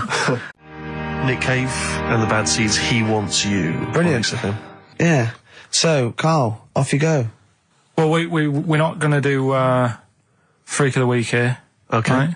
Because we've done quite a bit of that in the last 20 minutes. We've right? OD'd on freaks, you think? Yeah. Sure. We'll just shift it a little bit. Okay. And I don't, like I keep saying, don't want people to be thinking we're sort of taking the mick out of anyone. No. Right? Because we're not about that. I feel like I can do a little bit of it because I work with you, Steve. Yeah. Right? Sure. It gives me that right. It's like a care worker. Yeah, I understand. Well, it's like that thing of you can't be homophobic because I've got a couple of gay mates and stuff. Sure. I think it sort of gives me that edge. Yeah. Right? So you're not freakophobic because you work with Steve? No, that's right, yeah. So, yeah. Okay. Well, by that token, I should be able to sort of slag off, you know, the mentally ill. Or at least mentally handicapped. Now, there's a term you don't hear very often. In 2003, there was the mentally handicapped. Isn't that what it was? I don't know where to start. But I'd like to apologise for the Lady Diana stuff, the term mentally handicapped, and any inadvertent racism that we may have stumbled over. What's the actual term then? Is it retarded? Right, come on now. But yeah, that's all I was thinking with the Freak of the Week this week. That's what I'm saying about Freak of the Week. It's to get people thinking, right? Thinking how lucky they are that, you know, they don't have to comb their face. What are you talking about? What do you mean? Freak of the week is to let people know how lucky they are. Just What about the little freak you're talking about? What are they thinking? They're going, oh, he's talking about me. I'm a little hairy lizard man on a stick. pop in, give us a call. I thought, you know, that's what I'd like to do on a TV programme. That's what I want to do. I want to go and, like, meet these people and say, right, let's just go shopping. Let's, you know, we'll film what your normal day's like. Yeah. Let's pop out. Nip into Sainsbury's or whatever. Yeah. You know, buy a comb. Park right up close to it. You know what I mean? Yeah, yeah. So what you're saying is you just want to get a little message out there, which is that there's always someone worse off than you. Well, there's proof of that in this room. You know what I mean? Oh, Carl, when's your train? In a minute, I'm going to get going now. I'll see you later. Thanks, Carl. Brilliant. What are you playing? You can play a song? Kirsten McCall. Yeah. I'll see you later. Well, there's the darkness. They believe in a thing called love. Carl, do you? This is XFM 104.9. That is my favourite band at the moment. You love them? I absolutely love them. I think they're funny. I think they're straight down the line with a little bit of tongue-in-cheek. Ah, brilliant. Did you see them on Jules Holland last night? I didn't, sadly, no. Brilliant. Were they good? Yeah, absolutely jumped. Oh, I mean, Jules didn't know what to do. was he playing some Boogie Woogie? They wouldn't let him play Boogie Woogie over their Blimey. song. That's what I mean. That's why he stayed back. But I can't imagine it was very good, though. he shook the. I'm surprised you say they were good. It was Jules no, wasn't thinking I mean, the old Irish. I thought, hold on, this is missing something. Yeah. This is missing someone from Squeeze vamping over them. Exactly. But yeah. they did well without him. Extraordinary. Yeah. Well, Here we are then. good We're back. XFM 104.9. Carl had to leave early last week, but you stay to the end this week, mate? Or Yeah. yeah. You don't need another holiday. Oh, he started already. I mean, you Steve's know, made you look like a bit of a twat already, and it's No. only 1:05. But the only reason you don't go on holiday is because you have to spend money. Oh, and he's gone straight back. Well, He's gone straight back. I can't come back to that. Oh, It's just dynamite. It's just absolute. That was Although searing the last and cut to holiday, the he had, chase. last holiday Steve had, he sort of found a third world country so he could live like a king for a week. It was Cuba, wasn't it? Going to Cuba, amazing. We can almost rule the place. If it weren't for Castro, I'd have been in charge. Kind of cash I was flashing around. I mean, they'll do anything for $1 over there. It's extraordinary, literally. I mean, it's amazing. Yeah. Oh. Definitely. And I went to Kenya before that. So he thought, and the prostitute said no. You were going. Yeah, well, it was $2. I mean, I'm not made of money. Do you have a good holiday, Carl? Yeah, it was all right. It's all right. Went down to Cornwall. Now, Tell you you were going what, to the monkey some odd sanctuary. people down there, Steve. Well, don't look at me. I'm not from Cornwall. Well, you're from that sort of area. Well, not really, but never mind. Genetically, he means. Right. They're weird. Well, you must have slotted right in. What are they weird? What do they look like? Just all sort of odd people. A lot of old people, but not just old, sort of messed up old. What do you mean messed up old? You can't just say that. There's. There was a woman with a funny neck. Okay, in what way was it funny? What did she have a funny neck? If you were writing an essay, you wouldn't say there was this woman with a funny neck. How would you describe it? She sort of had her head, like, pointed down all the time. Like that. Don't do it. It's his radio. No, but just for you, I do like that. Yeah. Walking about like Yeah, okay, right. So brilliant. that. I don't know. I was saying to Suzanne, what happened, you know. What do you think? Because Suzanne knows everything. That's the good thing about her being with you. You just ask her what happened to her, and Suzanne goes, "Carl, I don't know. Yeah. I haven't been here before." Suzanne, your girlfriend, or mummy as you call her. Oh, sparks are flying. Yeah. Flicking through, because there's always interesting stuff in there. There was something about swingers. Right. I was like, what's all that about? Yeah. And it had an interview with some people talking about, you know, how they sleep about a bit. Yeah. And I thought, if my wife looked like that, I probably would. Because there was a few pictures of them and they were all pretty ugly. Yes. I thought, right. So I took that in, soaked that up, thought, there you go. Carried on reading. There was a bit in there about how women still have crushes, right? Yes. And the woman was going on about how she's 38, right? But she still fancies Chris Martin from Coldplay. Uh-huh. And, you know, even though it'll never happen, she's still got that little bit in her head that thinks one day she'll leave Gwyneth, right? And end up with her, right? Right. Anyway, so I'm thinking this is a bit boring, but I'm flicking through it all. And, Is this a Rockbusters clue? no, right? And I read further on, right? And she said, you know, I like to go out with my mates, and we come up with lists in pubs of people who like, oh, you know, they'd be nice to go out with. She also came up with a list of unlikely lust objects, I think she called them. Yeah. Guess who was in that list? Ricky Gervais. Think again. Karl Pilkington. Right, next one. Johnny Vegas. Said, lanky co-writer. Rubbish. Lanky co-writer. What do you mean lanky co-writer? Well, do I need to say any more? He said... Hang on, wait a minute. Let's not talk about... I don't know why you're laughing at my expense. I'm an unlikely lust object.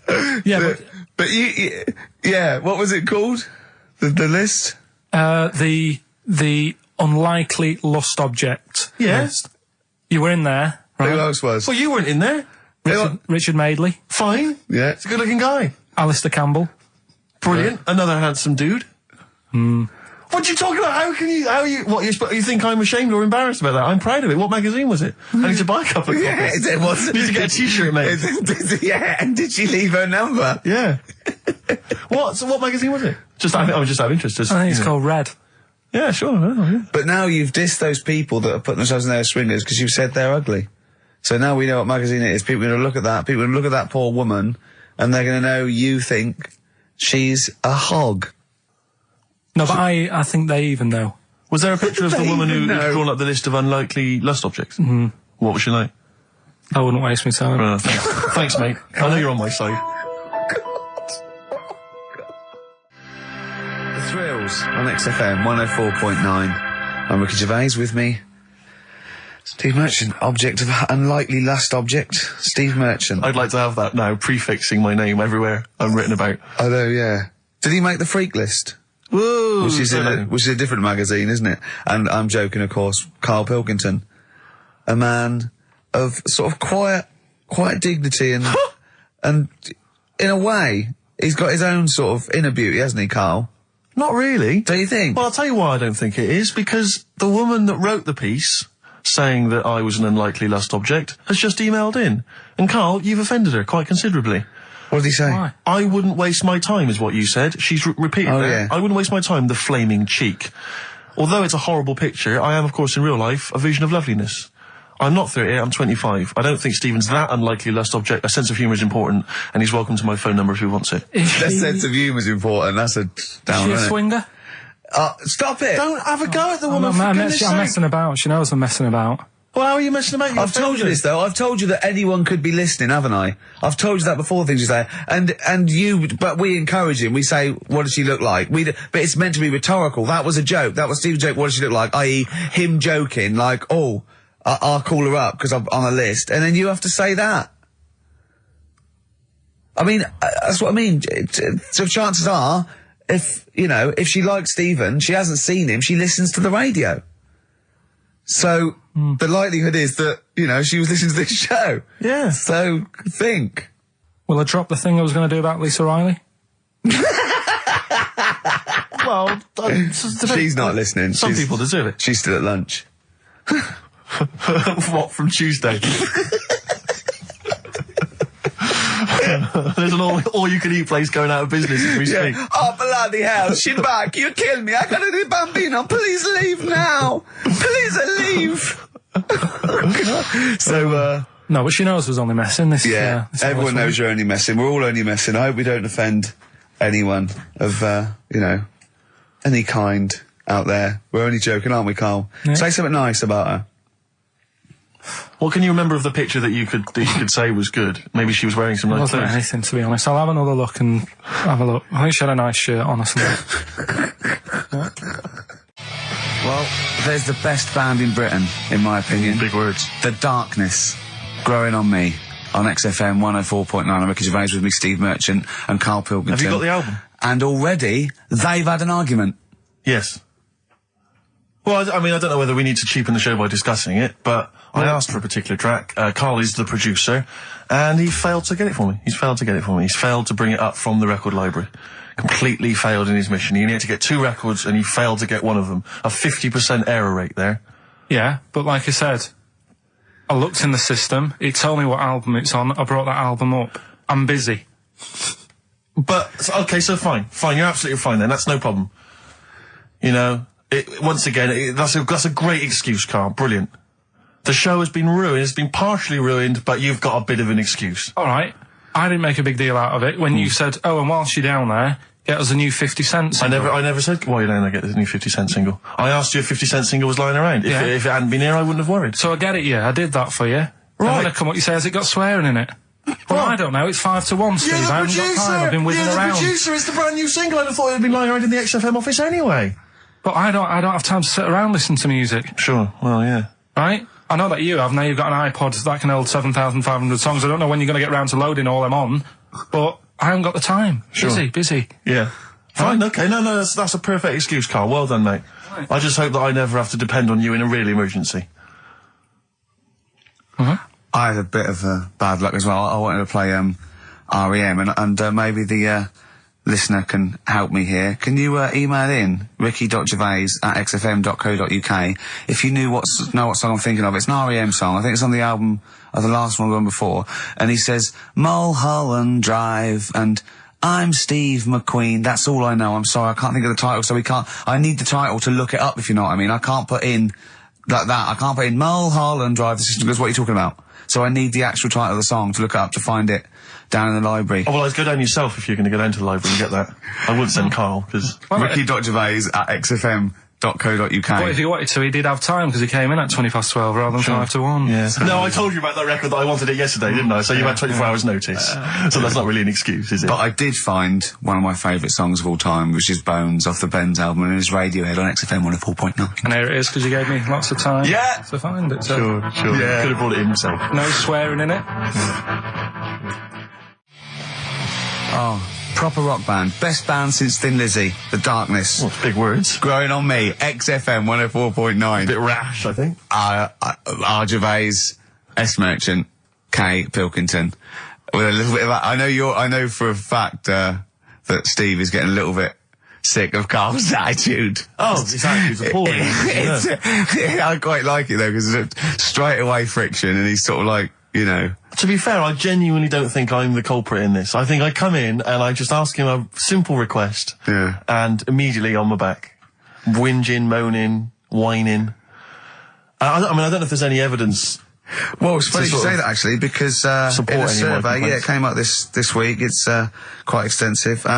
Mancunians take more sick days than anyone else. Mancunians take more sick days than workers in any other city in Britain and Ireland, according to Manchester-based employment firm. Survey by Peninsula found employees in Manchester take 11 sick days per year, whereas closest rivals Edinburgh and Dublin take an average of 9. Liverpool, Newcastle, Birmingham, Cardiff only 8. Is Reading mentioned there, or no? Bristol? It's not even in there. They don't take days off. London is only 7. So the point is, I mean, I don't know you can take anything from it, but if you're an employer and you had a Mancunian and a Liverpudlian and they were equal on everything else, but you really couldn't afford them to be away, Liverpudlian's going to probably be away for 8 days. Sure. The Manc's going to be away for 11, phoning in sick. And so what can you? I mean, just analysing the data there. What would you extrapolate from that? I really don't know. I mean, call in if you've got any clues, or email us in if you've got any. I don't know why they. I think maybe. I don't know. Mancunians. I don't really know many people from Manchester. Well, I only know one, but I know he was off sick because he put on wet trousers and he got a cold, I think. Yeah. Well, he just said he was. Didn't come in for. Yeah. He left early as well once. Yeah. But I don't know. I mean, that's the survey. I don't know. I mean, it's evidence because it's statistics. So there you go. Guaranteed evidence that's proof. Any thoughts on that? ricky.gervais@xfm.co.uk. I mean, oddly enough, you're from Manchester, Carl. Yeah, I am, yeah. What are your thoughts on that? On what, sorry? No, on the survey.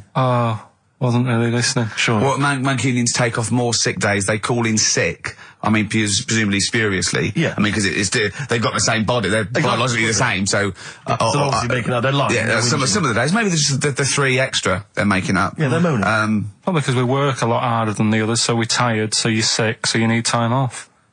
Probably. Seems unlikely. I mean, the Scousers, to be honest, take them on, let them work in your office. But you know how many computers are going to go missing? Right, that... So offensive. Is offensive. Right. This is a survey that proved. You just made that up. You just carried on the myth that Liverpudlians thieve. Now that's not true. That is not true. Well, it's not. Well, some of them do. There's been no survey that you're more likely to thieve if you're from Liverpool than if you're in Manchester. So that hasn't been proven yet. So all I've got is the evidence from a survey of, I think, 3,500 people. It's proof that Mancunians take off more sick days. XFM 104.9. This is April Come She Will by Simon and Garfunkel. Simon and Garfunkel, April Come She Will. A lovely love song there. The X list was all about sort of like sexy songs because of death of Barry White, of course. And Carl and Steve having a little argument. Steve said, well, there are such thing as sexy songs, of course. Carl said, I can't understand it. How can something be sexy? How can you woo one with a song? Steve went, well, you don't woo one with it, you just put it on the background. Carl said, stick the telly on. Stick the telly on. I love that. Jane's Addiction, Just Because on XFM 104.9, broadcasting from London, where people prefer to only be off sick when they actually are ill. Sure. Yeah, I don't think I've ever taken a day off sick. Except when I had that terrible tonsillitis. Is that when you went home, stayed with your mum and dad? Yeah. Why is that a problem? No, it's back to health. No, I'm not saying it's a problem. It's back to health. Yeah, I've got a loving family. So sue me. What do you make of The antagonism and piss taking is just like, oh God, 3 blokes in a pub. There's people listening. I can't go. Are there? Carl, what do you make of London? Because you often say you'd much rather be up north. Well, he wouldn't, or he'd go. Well, this is what he constantly says. You've chosen to live here. You've lived here for years. You've got a flat here. No. I chose to come here because I was offered a job that was good money. Yeah. I wouldn't have come here if there was no job. So you prefer to be somewhere where there's a good job, so you've chosen to live here. I don't like being here, though. What? No, but you can leave. To what? Well, exactly! So you've chosen to stay somewhere that's better for you. It's not better for me. Well, it's making me ill. I'm not sleeping. Well, so you say you're ill, I think you call in ill, but I don't think you are. But I mean... Are there any stats to prove that? Well, yeah, because, you know, of the 11 days that he calls in sick, I reckon probably 7 of them are genuine. I'd love it if I dropped down dead tonight. Honestly, I'd love it. If you drop down dead tonight, you know it. Why aren't you sleeping? What, you're feeling ill now, are you? That's funny, you weren't feeling ill earlier, but you read that, and you're suddenly ill. I'm run down. Oh, you should take a holiday. Oh, yeah, you just had about 8 in the last 6 months. Oh, God! Why are you run down? Yeah, what have you done? You sit in a little air-conditioned office. I haven't got time to tell you. Let's move on. Let's get on with stuff. What have we got anyway? Because we didn't have a chance to meet up this week. Me and Ricky could have done, but you said you were busy, Steve. Yeah, so that's probably why you don't get run down. But finishing work at about 4 o'clock. No, so I could have had the meeting, but we gave you a time, and you suddenly decided with very little notice that you couldn't make it. So make it meetings and that. Oh. So what have we got? What have we got? It's 1:20. What have we got? We're on till 3. Well, we've been talking. We've been doing well. We've been playing some great rock and roll. We've been playing some lovely songs. We've told them. We've explained a survey just for employees. Be careful. Yeah. We've put that out there. We put a shout out there. People know. I mean, would you say it was probably safest if you are an employer to never employ Mancunians? Well, I wouldn't go that far. I wouldn't go that far because you see that's only an average. So I imagine some Mancunians, like Londoners, are nice, reliable people. It's probably just a few bad eggs that throw the stats up a little bit. People that would go, I'm not coming in today. I'll put on some wet trousers. Sure. All right, stay in bed. Yeah. Stay in bed. Yeah. You still got them on? Yeah. Well, pop them off. Yeah. Put them on the radiator and go to bed with a little duvet.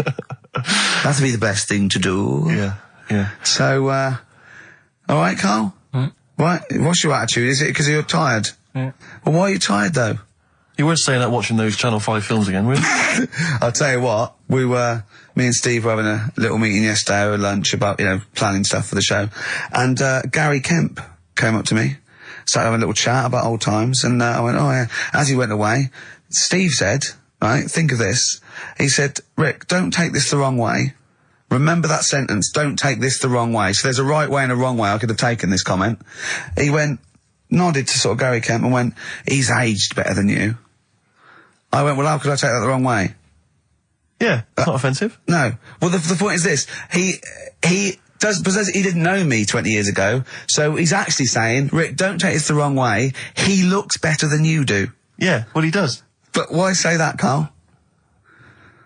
What? Did you really say that? Yeah, although, can I just backtracking for a second? I love the fact you said you bumped into Gary Kemp and you reminisced about old times. What old times did you share with Gary Kemp? Well, no, he came up and said, did we drop the pops together? I went, no, I did Razzmatazz. I said, oh, we did Razzmatazz. I think he was thinking, had he ever met me before? But he hadn't, because we hadn't. That's what I meant. Yeah. Yeah. And, but if you had to make an objective analysis, I wouldn't. I think that's out of order. Sure. I mean, you're always slagging me off, but apparently you can't make a value judgment on something else. No. I wouldn't do that. Well, because you're morally all over the place. You don't know where you're coming and going. Believe it. Sure. You should hear what I say about you behind your back. So, would you say you're better looking now than you were? Or Than I'm what? would you say you're better looking now than you were? Than I was when? Well, like, have you aged well? Yes. You've aged well? Yeah, I've kept my looks. Bit of Dando? Bit Evan Dando, this would be lovely, yeah. 2-pack. I'll tell you what, we should get rolling. Rockbusters. No. All right. No. Well, he has done it. He just said that he was worried about it because we said it's the last one. What do you think, Carl? I just don't think can I just say now, Carl, seriously, I'm only responding to what we're getting on the email, which is people do not want Rockbusters. They really... There's one guy here he says, it's James Pooley, he says he's preempted Carl by giving my answers to this week's quiz. I don't know what the clue would be, but his answer is no Van Ear, Nirvana. Yeah, good. No Vanny. Yeah, that sounds like one. Number 2, he's just guessed. I don't know again what the clue would be, but the answer is Kid Creosote. Yeah, that's good. That's a typical Rockbuster. That is brilliant. That's a better game. And the last one is Harry Seacombe. Yeah, that'd be good. So, I mean, maybe we should reverse it so people and we have to come up with a clue for them. And we win the prizes. Yeah. Have you got prizes ready as well? It's all there, but... Oh, I feel sorry for him now. What the prizes would have been. I'd rather just give them away to the first person to email in, frankly, than have to go through the torrent of Rockbusters. Oh, God! Look at Carl's face! I wish you could... Oh, can't we get this on telly just for Carl's face? Hey, I'll tell you what we could do, Steve. You know, like Smiley Miley and that used to take the Radio 1 Roadshow out? Oh, man, that would be amazing. Come on. Should we take it out? Hello, Bournemouth. Yeah, how many miles have I done? Don't care. No, should we do this? How many miles have we done? Well, XFM's down the road. Yeah. 1. Yeah. Should we take it out the road just so they can see Karl Pilkington? To be fair, though, I mean, you're not really keen to leave W1, are you? Well, we wouldn't. Right, so where exactly would we take the roadshow? We'd do it outside. Outside the building? Yeah. Right, okay. And what would we do? It's called a roadshow because it's in the road, I imagine, isn't it? And we'd give away T-shirts? Throw in T-shirts, and then we'd have a band. We'd have band playing. What was that band playing tonight? I forget, something Diesel, was it? Yeah. See, instantly forgettable. I mean, that was my point, really. we could have them on. Yeah, great. Yeah. Get a couple of celebrity pals down. Someone from Big Brother 2. That would be ideal. Well, Josh, the other little gay fella. Yeah. He'd come on, just wave. Yeah. I'm beginning to like the idea. Yeah. Brilliant, yeah. So we'll have Josh, something Diesel, we're playing the Bull and Gate tonight, whatever it is. Yeah. Right, I'll throw out some T-shirts. Yeah. And then, Carl will do a live Rockbusters. Yeah? Well, I don't know. Do you want it? I just think that ruins it slightly. It would just bring the whole afternoon down, Rick, I think. We get it sponsored by someone. Yeah? No? Well, I'm just trying to inject a bit of... Read the prizes, what they would have done. There's a PlayStation game here. I guess it's maybe not been released yet. It's a little demo of that. What's this? The American Song Poem Anthology. I don't exactly know what that is again, but lots of songs on there and a couple of compilations, arbitrary compilations, the Club Anthems compilation, the best summer holiday album ever. You've certainly sold it to me, Steve. The best air guitar album again. Brilliant. And an old edition of Only Fools and Horses. So, you really haven't put the effort into the prizes, Carl. So if that's the prizes, if that's the whole point of the competition, and they're the best prizes you could conjure up, in God's name, how bad are the clues this week? That's why he doesn't want you to do it, Carl. Oh, we won't bother. Forget it. Doesn't matter. Good. Excellent. Well, that's resolved. Brilliant. That's excellent. What we have got, though, is Educating Ricky, haven't we? Well, another one of my little things. Oh, it's brilliant, then. So how long's this going to last before you want to get ditched this? Well, we'll see. A couple of weeks. Not like that, Carl. It's all one. It's one love, man. We're on the same team, man. Yeah, we're just one voice, man. One true voice. Like those lads. Yeah. They could play. Right, well, the Educating Ricky, they could play. Well, why don't we play a record and come back with Educating Ricky? The Wind, Cat Stevens, we need to get the jingle queued up as well.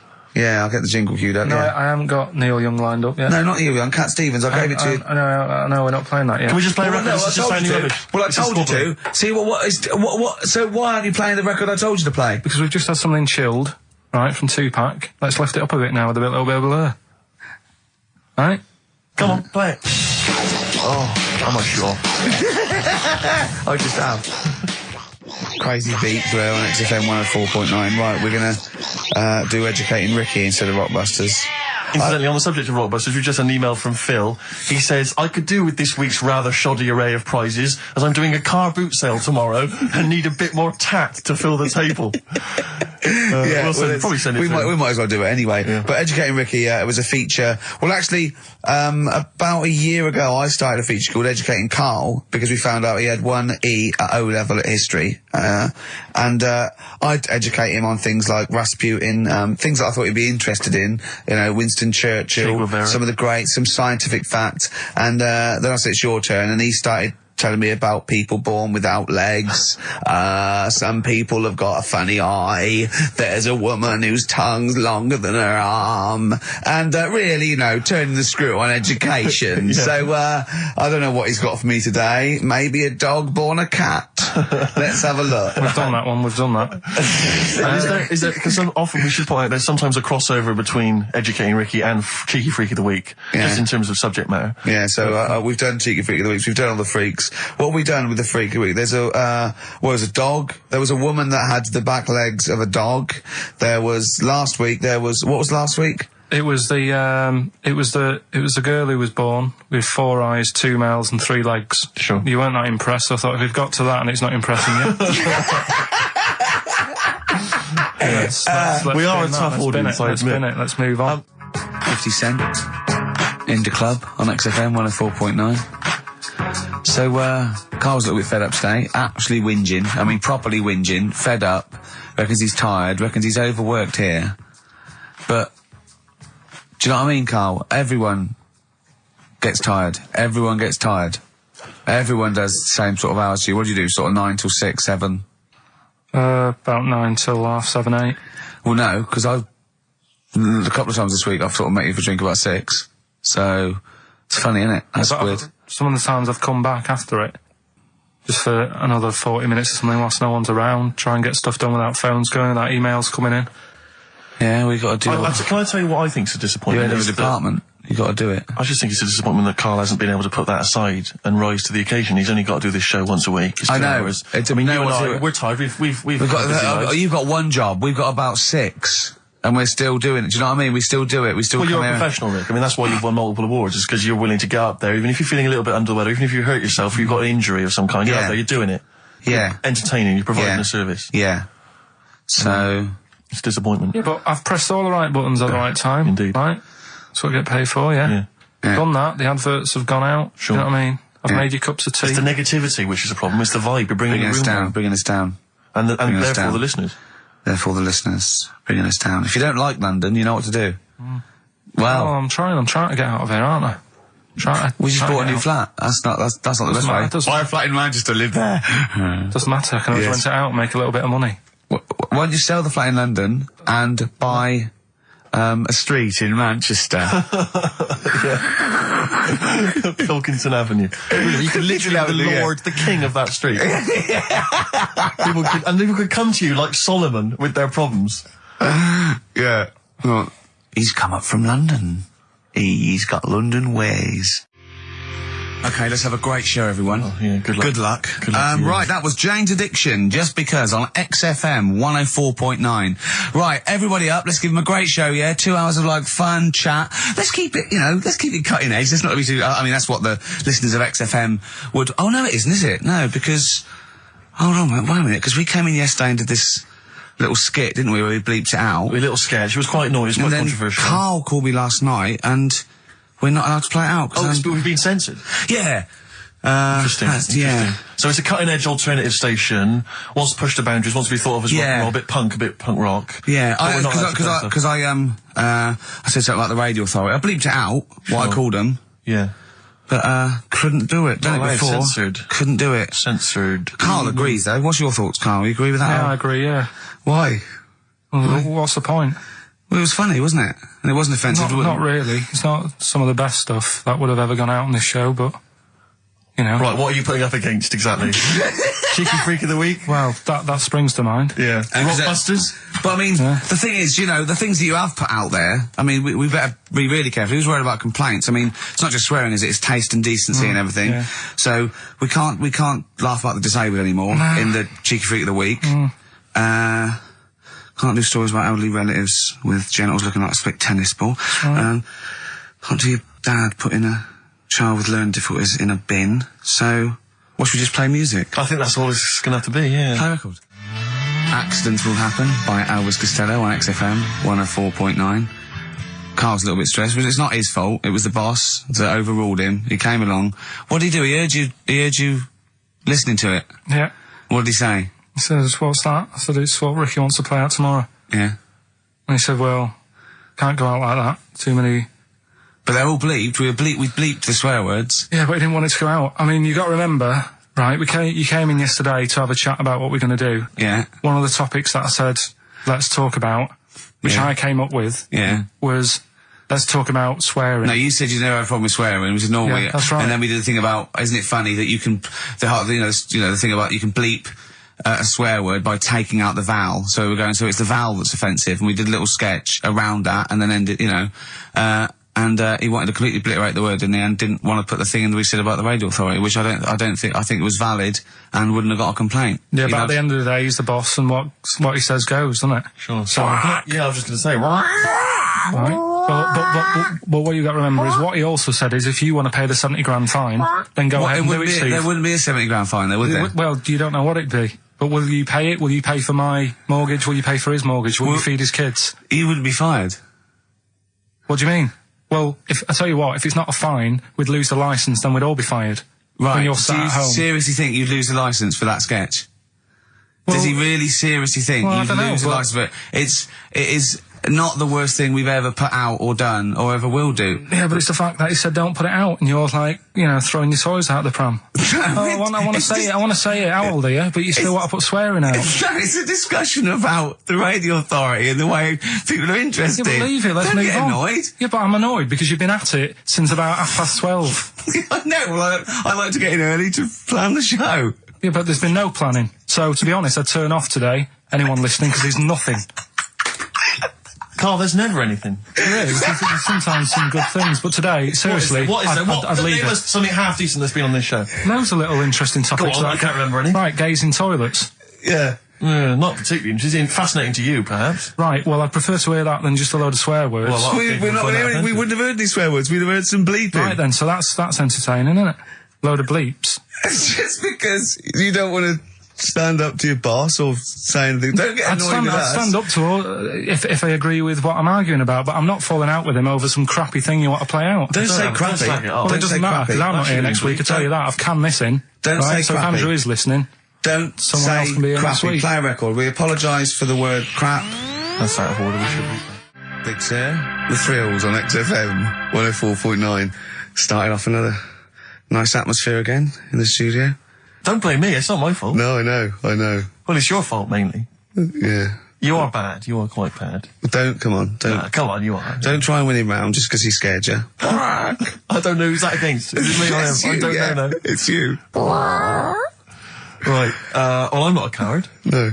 I'm not a coward. Okay, I'm just thinking of the listeners, Rick, and I just want them to be entertained. Yeah. Luckily, that's not a big problem for us. What, you mean we're effortlessly entertaining, or there's no listeners? Well, yeah, somewhere in between. Yeah. Carl, what's happened to you this week, mate? What's happened? Come on. Nothing's happened? Come on. I came in, and he had an hour lunch break. You know, he's sort of like he never gets a break. I came in one day. He was out for an hour, and I had a little chat with Andrew Phillips about, where we were going with the show, and, Where are we going with it? You come up with anything? Dear. It's how far we can run it into the grave. Yeah, no, if we go off air, it certainly won't be through, being cutting edge or controversial, because people are just turned off because it's too boring to listen to. But he was out for an hour. Having a lunch break for an hour, and always saying he's too busy. I know, yeah. It's interesting. Actually, on the subject of that, I noticed Dan here has emailed in. He says, I was listening to last week's show, and I think Carl has taken his job for granted. I'd love to swap with him for a week. My qualifications are that I can press play on a CD player and stop. Carl, what do you think of that? And it can come in next week, seriously. Yeah. It says here... Don't get ratty, Carl. I'm not being ratty. Dan, email me. You know my address. Email it. It'll be sorted out. You can be here next week. Dan suggested we could call it Carl Idol, where people audition each week, or perhaps Bone Idol. I like that. Bone Idol. Brilliant. Have we got a monkey news, Carl? Don't know if I can be bothered. Play a record. Beautiful. Billy Bragg from his Essential Billy Bragg compilation. Now, I know a lot of people are thinking Billy Bragg, I can't be bothered, politics, and I have to say, buy this CD, skip past every song that is, for instance, There Is Power in a Union. Don't be duped by fascism. Yeah, it's your right and duty to vote. Yeah. Right wing, wrong wing. Exactly. Ignore all that. But just listen to the love songs. His love songs are beautiful. Yeah. It's fantastic. Tonight I celebrate my love for you with a pint of beer and a new tattoo. It's great. Brilliant. Yeah, look, lose the ones about, Exactly. Striking. Yeah, exactly, because we know what we think of that. So, I heartily recommend that. Carl, we're on happiness. Carl, Yeah. I'm trying to explain Carl's to Carl happiness. that the aim to, it's really to get on a 10. Yeah. For Well, I like happiness. the He's fact on that he 4. started on a 9. But I love the fact he's happy with 4. Yeah. I love that. No, but what I mean is, right, I'm not looking for, like, happiness. Right. I'm You're not alright. looking for happiness. What? What's that for? What I mean is, right, I'm happy when I'm not fed up. So what I mean is, I'm happy. Is this your new book, Psychology of the Mind? What is that? I'm happy when I'm not fed up. That's like an 8-year-old trying to explain happiness. Johnny, what is it when I'm happy when I'm not fed up, miss? Well done, good boy. That's it. You're happy when you're not fed up. Talk like an adult. Yeah, but that's what I'm saying to you, though. I don't. What?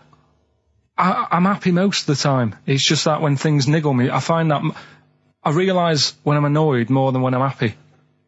But Carl, every time we talk to you, you are whinging about something. You've got something that annoys you. But he's one of those people that if he whinges loud enough, he gets away with it. Like he's in here, I think he goes, I'm really busy. I come in and he's doing nothing. He's chatting, because he's having big, long chats with everyone about how someone's wound him up. Yeah. And they all come and they go, Carl's fed up. Because he's got this show. You know what I mean? He's wormed his way. But hang on a minute. You came in moaning about the Post and that today. Yeah. Well, everyone's annoyed and frustrated by that. There's small businesses going out of business. I'm not. You haven't heard me. No, you're not, because who's sending you letters? No one. You've got no friends. You've said that yourself. Yeah. You've openly declared you don't want friends. They're too much hassle. Yeah.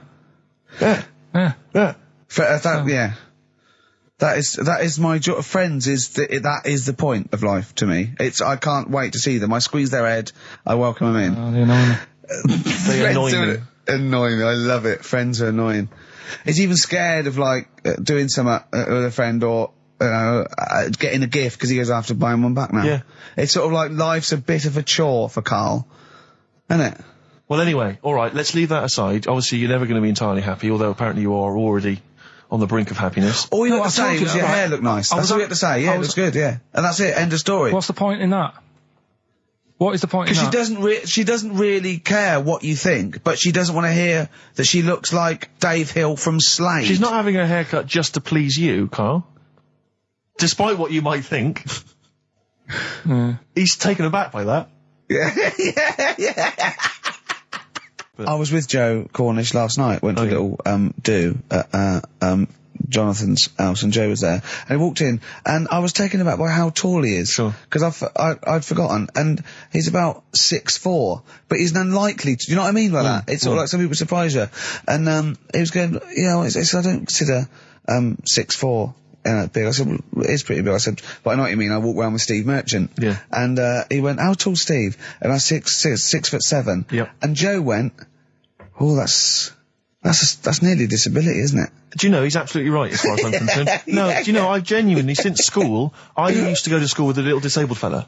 Lovely guy. No, I swear to God, lovely guy. And I remember he came in when we got in the sixth form, and he'd basically got, I don't know what the ins and outs of it were, but as far as I could tell, he'd got a car for free. A specially converted car. Yeah. You know, because he was disabled. And he was driving that around. Same as Carl. Me. I need this, I need that. But it seemed to me that I was thinking, well, why can I not get something similar? Because there are some cars I can't fit in. Because I'm too tall. I genuinely cannot drive the smaller cars, the cheaper cars. I'm obliged to buy a more expensive, larger car. Because I can't fit in the tiny one. That's like saying you've got to pay more for your shoes because there's more leather, which is true. Which is absolutely true. It's a nightmare getting shoes. But fat people have to pay more. Do you know, it's a nightmare getting chairs, comfy chairs that I can sit in the home. I sit in a chair for very long and my back's killing me. Now, how is that not a disability? But no, you don't see people like me whinging. But I think tall people, I read an article that taller people on average, get higher wages through something, through, you know, an advantage, or just because they're taken more seriously than little dumpy fellas. Sure. Do you know what I mean? But I don't think So there it swings and I roundabouts. genuinely don't think there are many benefits of being really tall. People seem to assume there are, but beyond the fact that I can reach things down from a high shelf, I know. I don't think there's any real perks. I've seen you hit your head a few times. That's a disability. I know, I have seen you hit your head a few times, and I think, oh God, that must have hurt. Obviously I'll make sure okay and then laugh. Of course. But I know it must be annoying. mate. No, but I mean, there's a pub. There's one pub in Soho that he has to go down backwards. Yeah. He has to lean that. It looks like a limbo dancer. Yeah, they've almost got to lower me in on routes. I always find it amusing.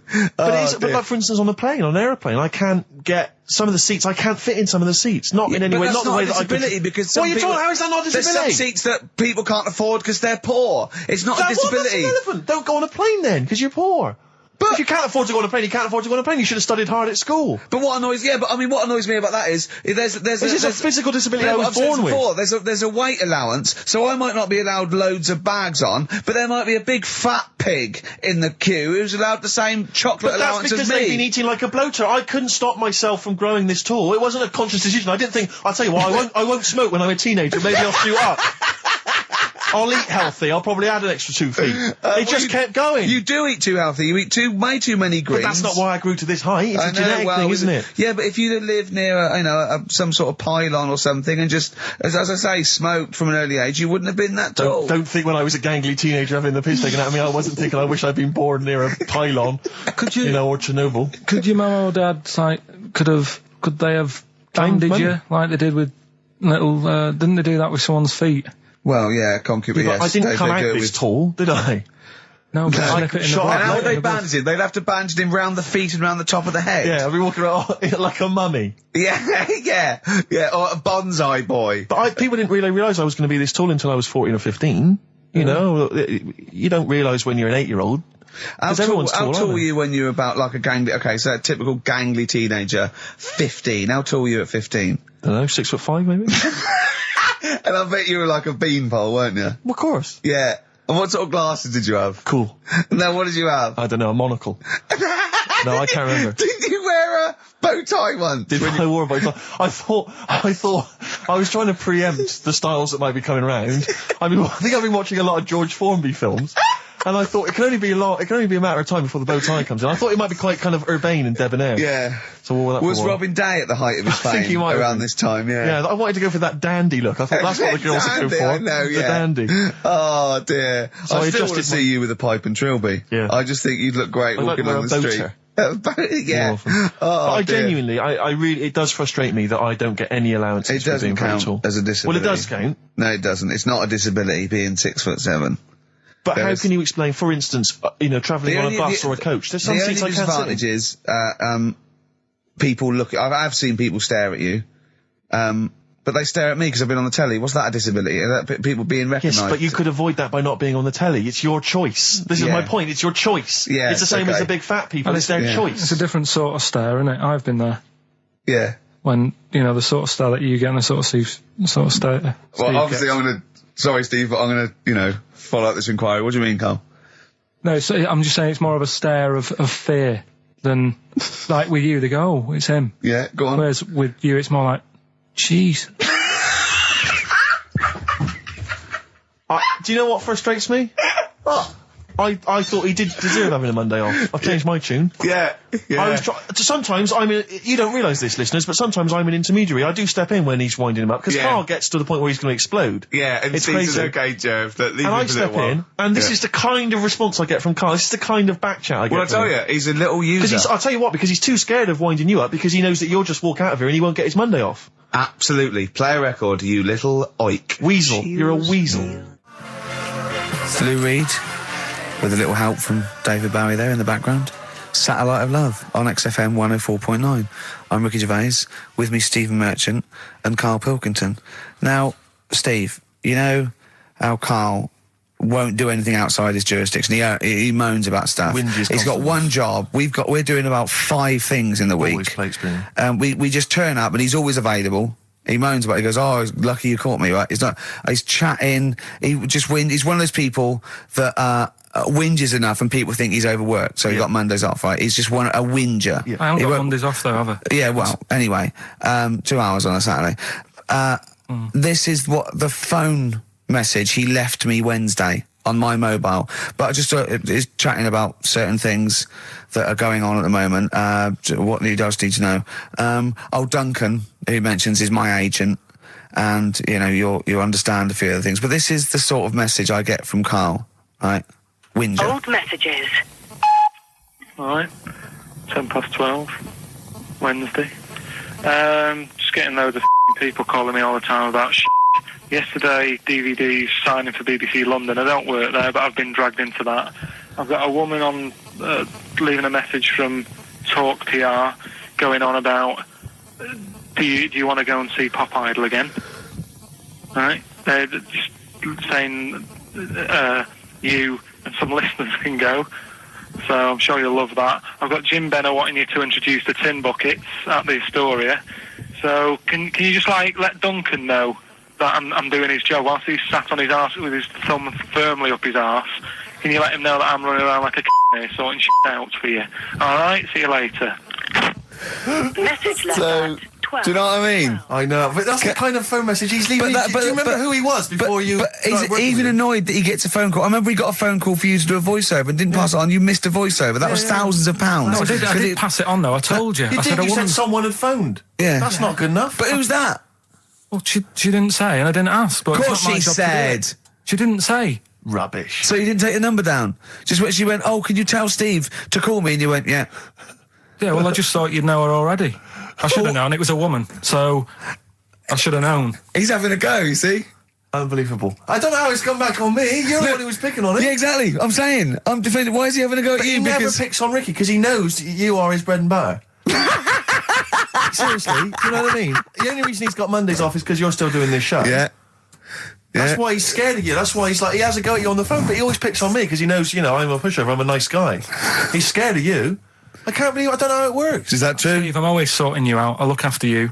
Sort you out with tickets. I'm not saying you don't, but I've got out. you today. Why are you picking on me? What do you mean you're sorting about tickets and lager? What's this? Right, whenever you want tickets. Yeah, sorry, lad. I don't want to use this as, moaning time and that, because I don't like to moan. I'm busy and that, right? But I've sorted you out tickets for gigs. Yeah. Right? What somebody doesn't even turn up to. Yeah, we won't even go on about that, right? Lager. He got sorting out the Cure, he complained it was boring. Yeah. There was that big drum of lager that you had, and you said, oh, put that in your room for me, because I don't want to carry it home, right? Lazy. So I said, all right, then I'll put it in my room. It goes missing, it gets nicked. Then you have a go at me because it got nicked. Yeah. I get you another one. You make me carry it around town for you for half an hour, then you say, oh, I can't be bothered taking it home. Can you take it back to work for me? Yeah. But interestingly, this is like a year ago, so it's obviously still pressing on you. Oh, hang on, and I forgot the one when we had an argument over 50p. When we went out for a coffee. You didn't want to give me 50p back that you owed me.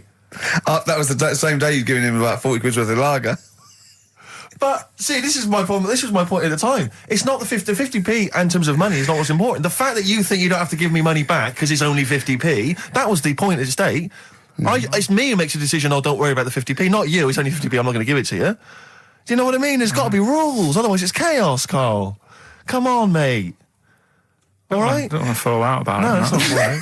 Should we kiss and make up? Do you want that? Do you want to do It's that? all right. Yeah. Well, should we play a little record and come back to this? Because I can't believe it started with you slagging him off, Rick, and I've ended up as the monster. I know. Bit of R.E.M. Yeah. I was walking away from the show last week. I was walking towards Berwick Street. I like to look at the records and the record shops. And I was on my mobile phone, and I was chatting away to someone, and what can only be described as a prostitute. Go on. Stood on the street corner. Was she a woman that gives you sex for money? Yes. That is a prostitute. Yes, that's what I thought. Go on. And as I was walking by, she said, do you want to buy sex? Now, You sure it wasn't a market trader giving 6 plums or No, it was definitely... 6 for a quid? No, it was definitely Go a on. prostitute. Yeah. And what annoyed me about it, what I wanted to pick her up on something, was the fact that I was on my mobile phone. It's like, can you imagine? She was rude. Who would what, am I going to hang up? Sorry, Mum, can I call you back? You know you say you want me to meet more women. And you sent me that 30 quid exactly. for my birthday. Yeah. Sorry, Mr. Johnson, I'm really excited about the job. Can I call you back? I'm just going to negotiate with a whore. And it was just sort of, you could tell that she was clearly probably desperate for crack or a latest fix of smack. So she was literally, the normal etiquette of prostitution. You know, that they hang around, they show some thigh. I've seen this in They films. will ya. Yeah, They exactly. will- yeah. Take you out for a meal, that sort of thing. know, That had sort of strange. gone out of the window, and she Yeah, was just sure. there, desperate, running around Did the she streets. go out of a window? Like a Because zombie. that's another thing they sometimes do, specialist Exactly. ones. But I was Yeah. shocked because I've never been propositioned before like that. Really? In London. I was That's weird, isn't it? Carl, thoughts?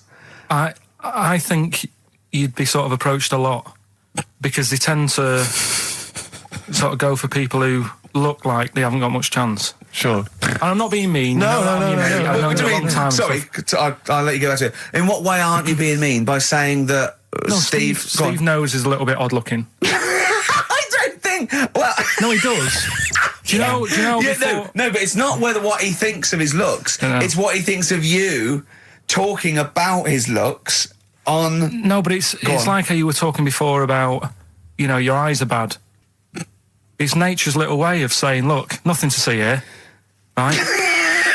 Don't get that! I don't know what you mean. But when you look in the mirror and that, they've gone, look, he hasn't got the looks, let's make his eyes bad, right? Yeah. Nothing to see here. Yeah. That's what I'm saying. See, They're I- balancing it out, right? Yeah. And it's funny, right? Now we're on the topic. Sorry, right, I wasn't- Johnny Depp. No, listen, but I'm gonna... My chest is gonna burst at this But moment. whenever we go because- into this conversation, I always think to myself, Carl, do you know what you look like?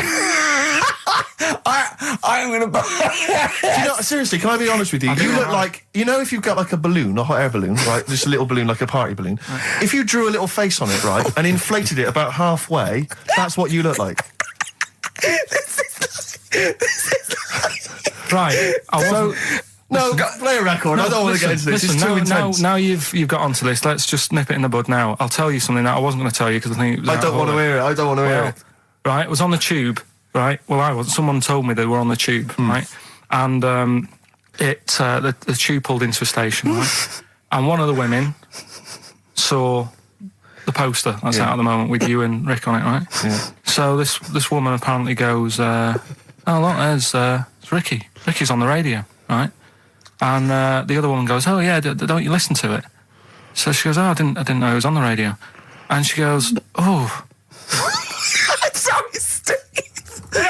look at... Because he didn't make it sound this bad. She said, oh, look at that person he's with. So she goes, yeah. She said, that's Steve. She said, I was sort of aware that he looked odd because Carl mentions it on the radio. Yeah. So it wasn't as much of a blow to me, but I can see how it was a bit of a shock to you. Yeah. So that's weird, isn't it? Yeah. And that isn't me sort of telling this woman to say anything. That was all happened without anybody else sort of bringing it on. Yeah. Do you know what I mean? Yeah. So... Was it... Sorry, you seem to be relishing this. Was it because of the little balloon story that made you... I honestly, Steve, I wouldn't have told you, but if you're going to start, having a pop, Yeah. do you know what I mean? Yeah. I can't just sit here and take it and that. No. I mean... All mates. Yeah. It's just, Yeah. Well, I mean, I was Shame mistaken it's for been Johnny done. Vegas. Steve's got a story about that, if you want to have a go at me. well, someone just thought you were fat with a beard, which is true. Well, don't have a go at me because he said you look... Well, you started it. No, I didn't. Yeah, you no, I did. didn't. You were milking it. You were I egging him was, I on. was laughing. You were egging him on. I sort of was. Yeah. But let's not, Oh, it's a good job you've got lots of good mates like Jonathan Ross you can go and hang out with. You don't need other friends, people who've helped you in your career. He's good-looking bloke, isn't he, Jonathan Ross? He's a good-looking fella. Play a record. Radiohead, Fake Plastic Trees on XFM 104.9. Mm-hmm. Someone just emailed in and said, just want to know what you think of that cover of Wonderwall. We told you. We said it was great. Yeah. Listen. But they must have been listening to hear... The song. Yeah. Extraordinary. Although maybe they just turn off...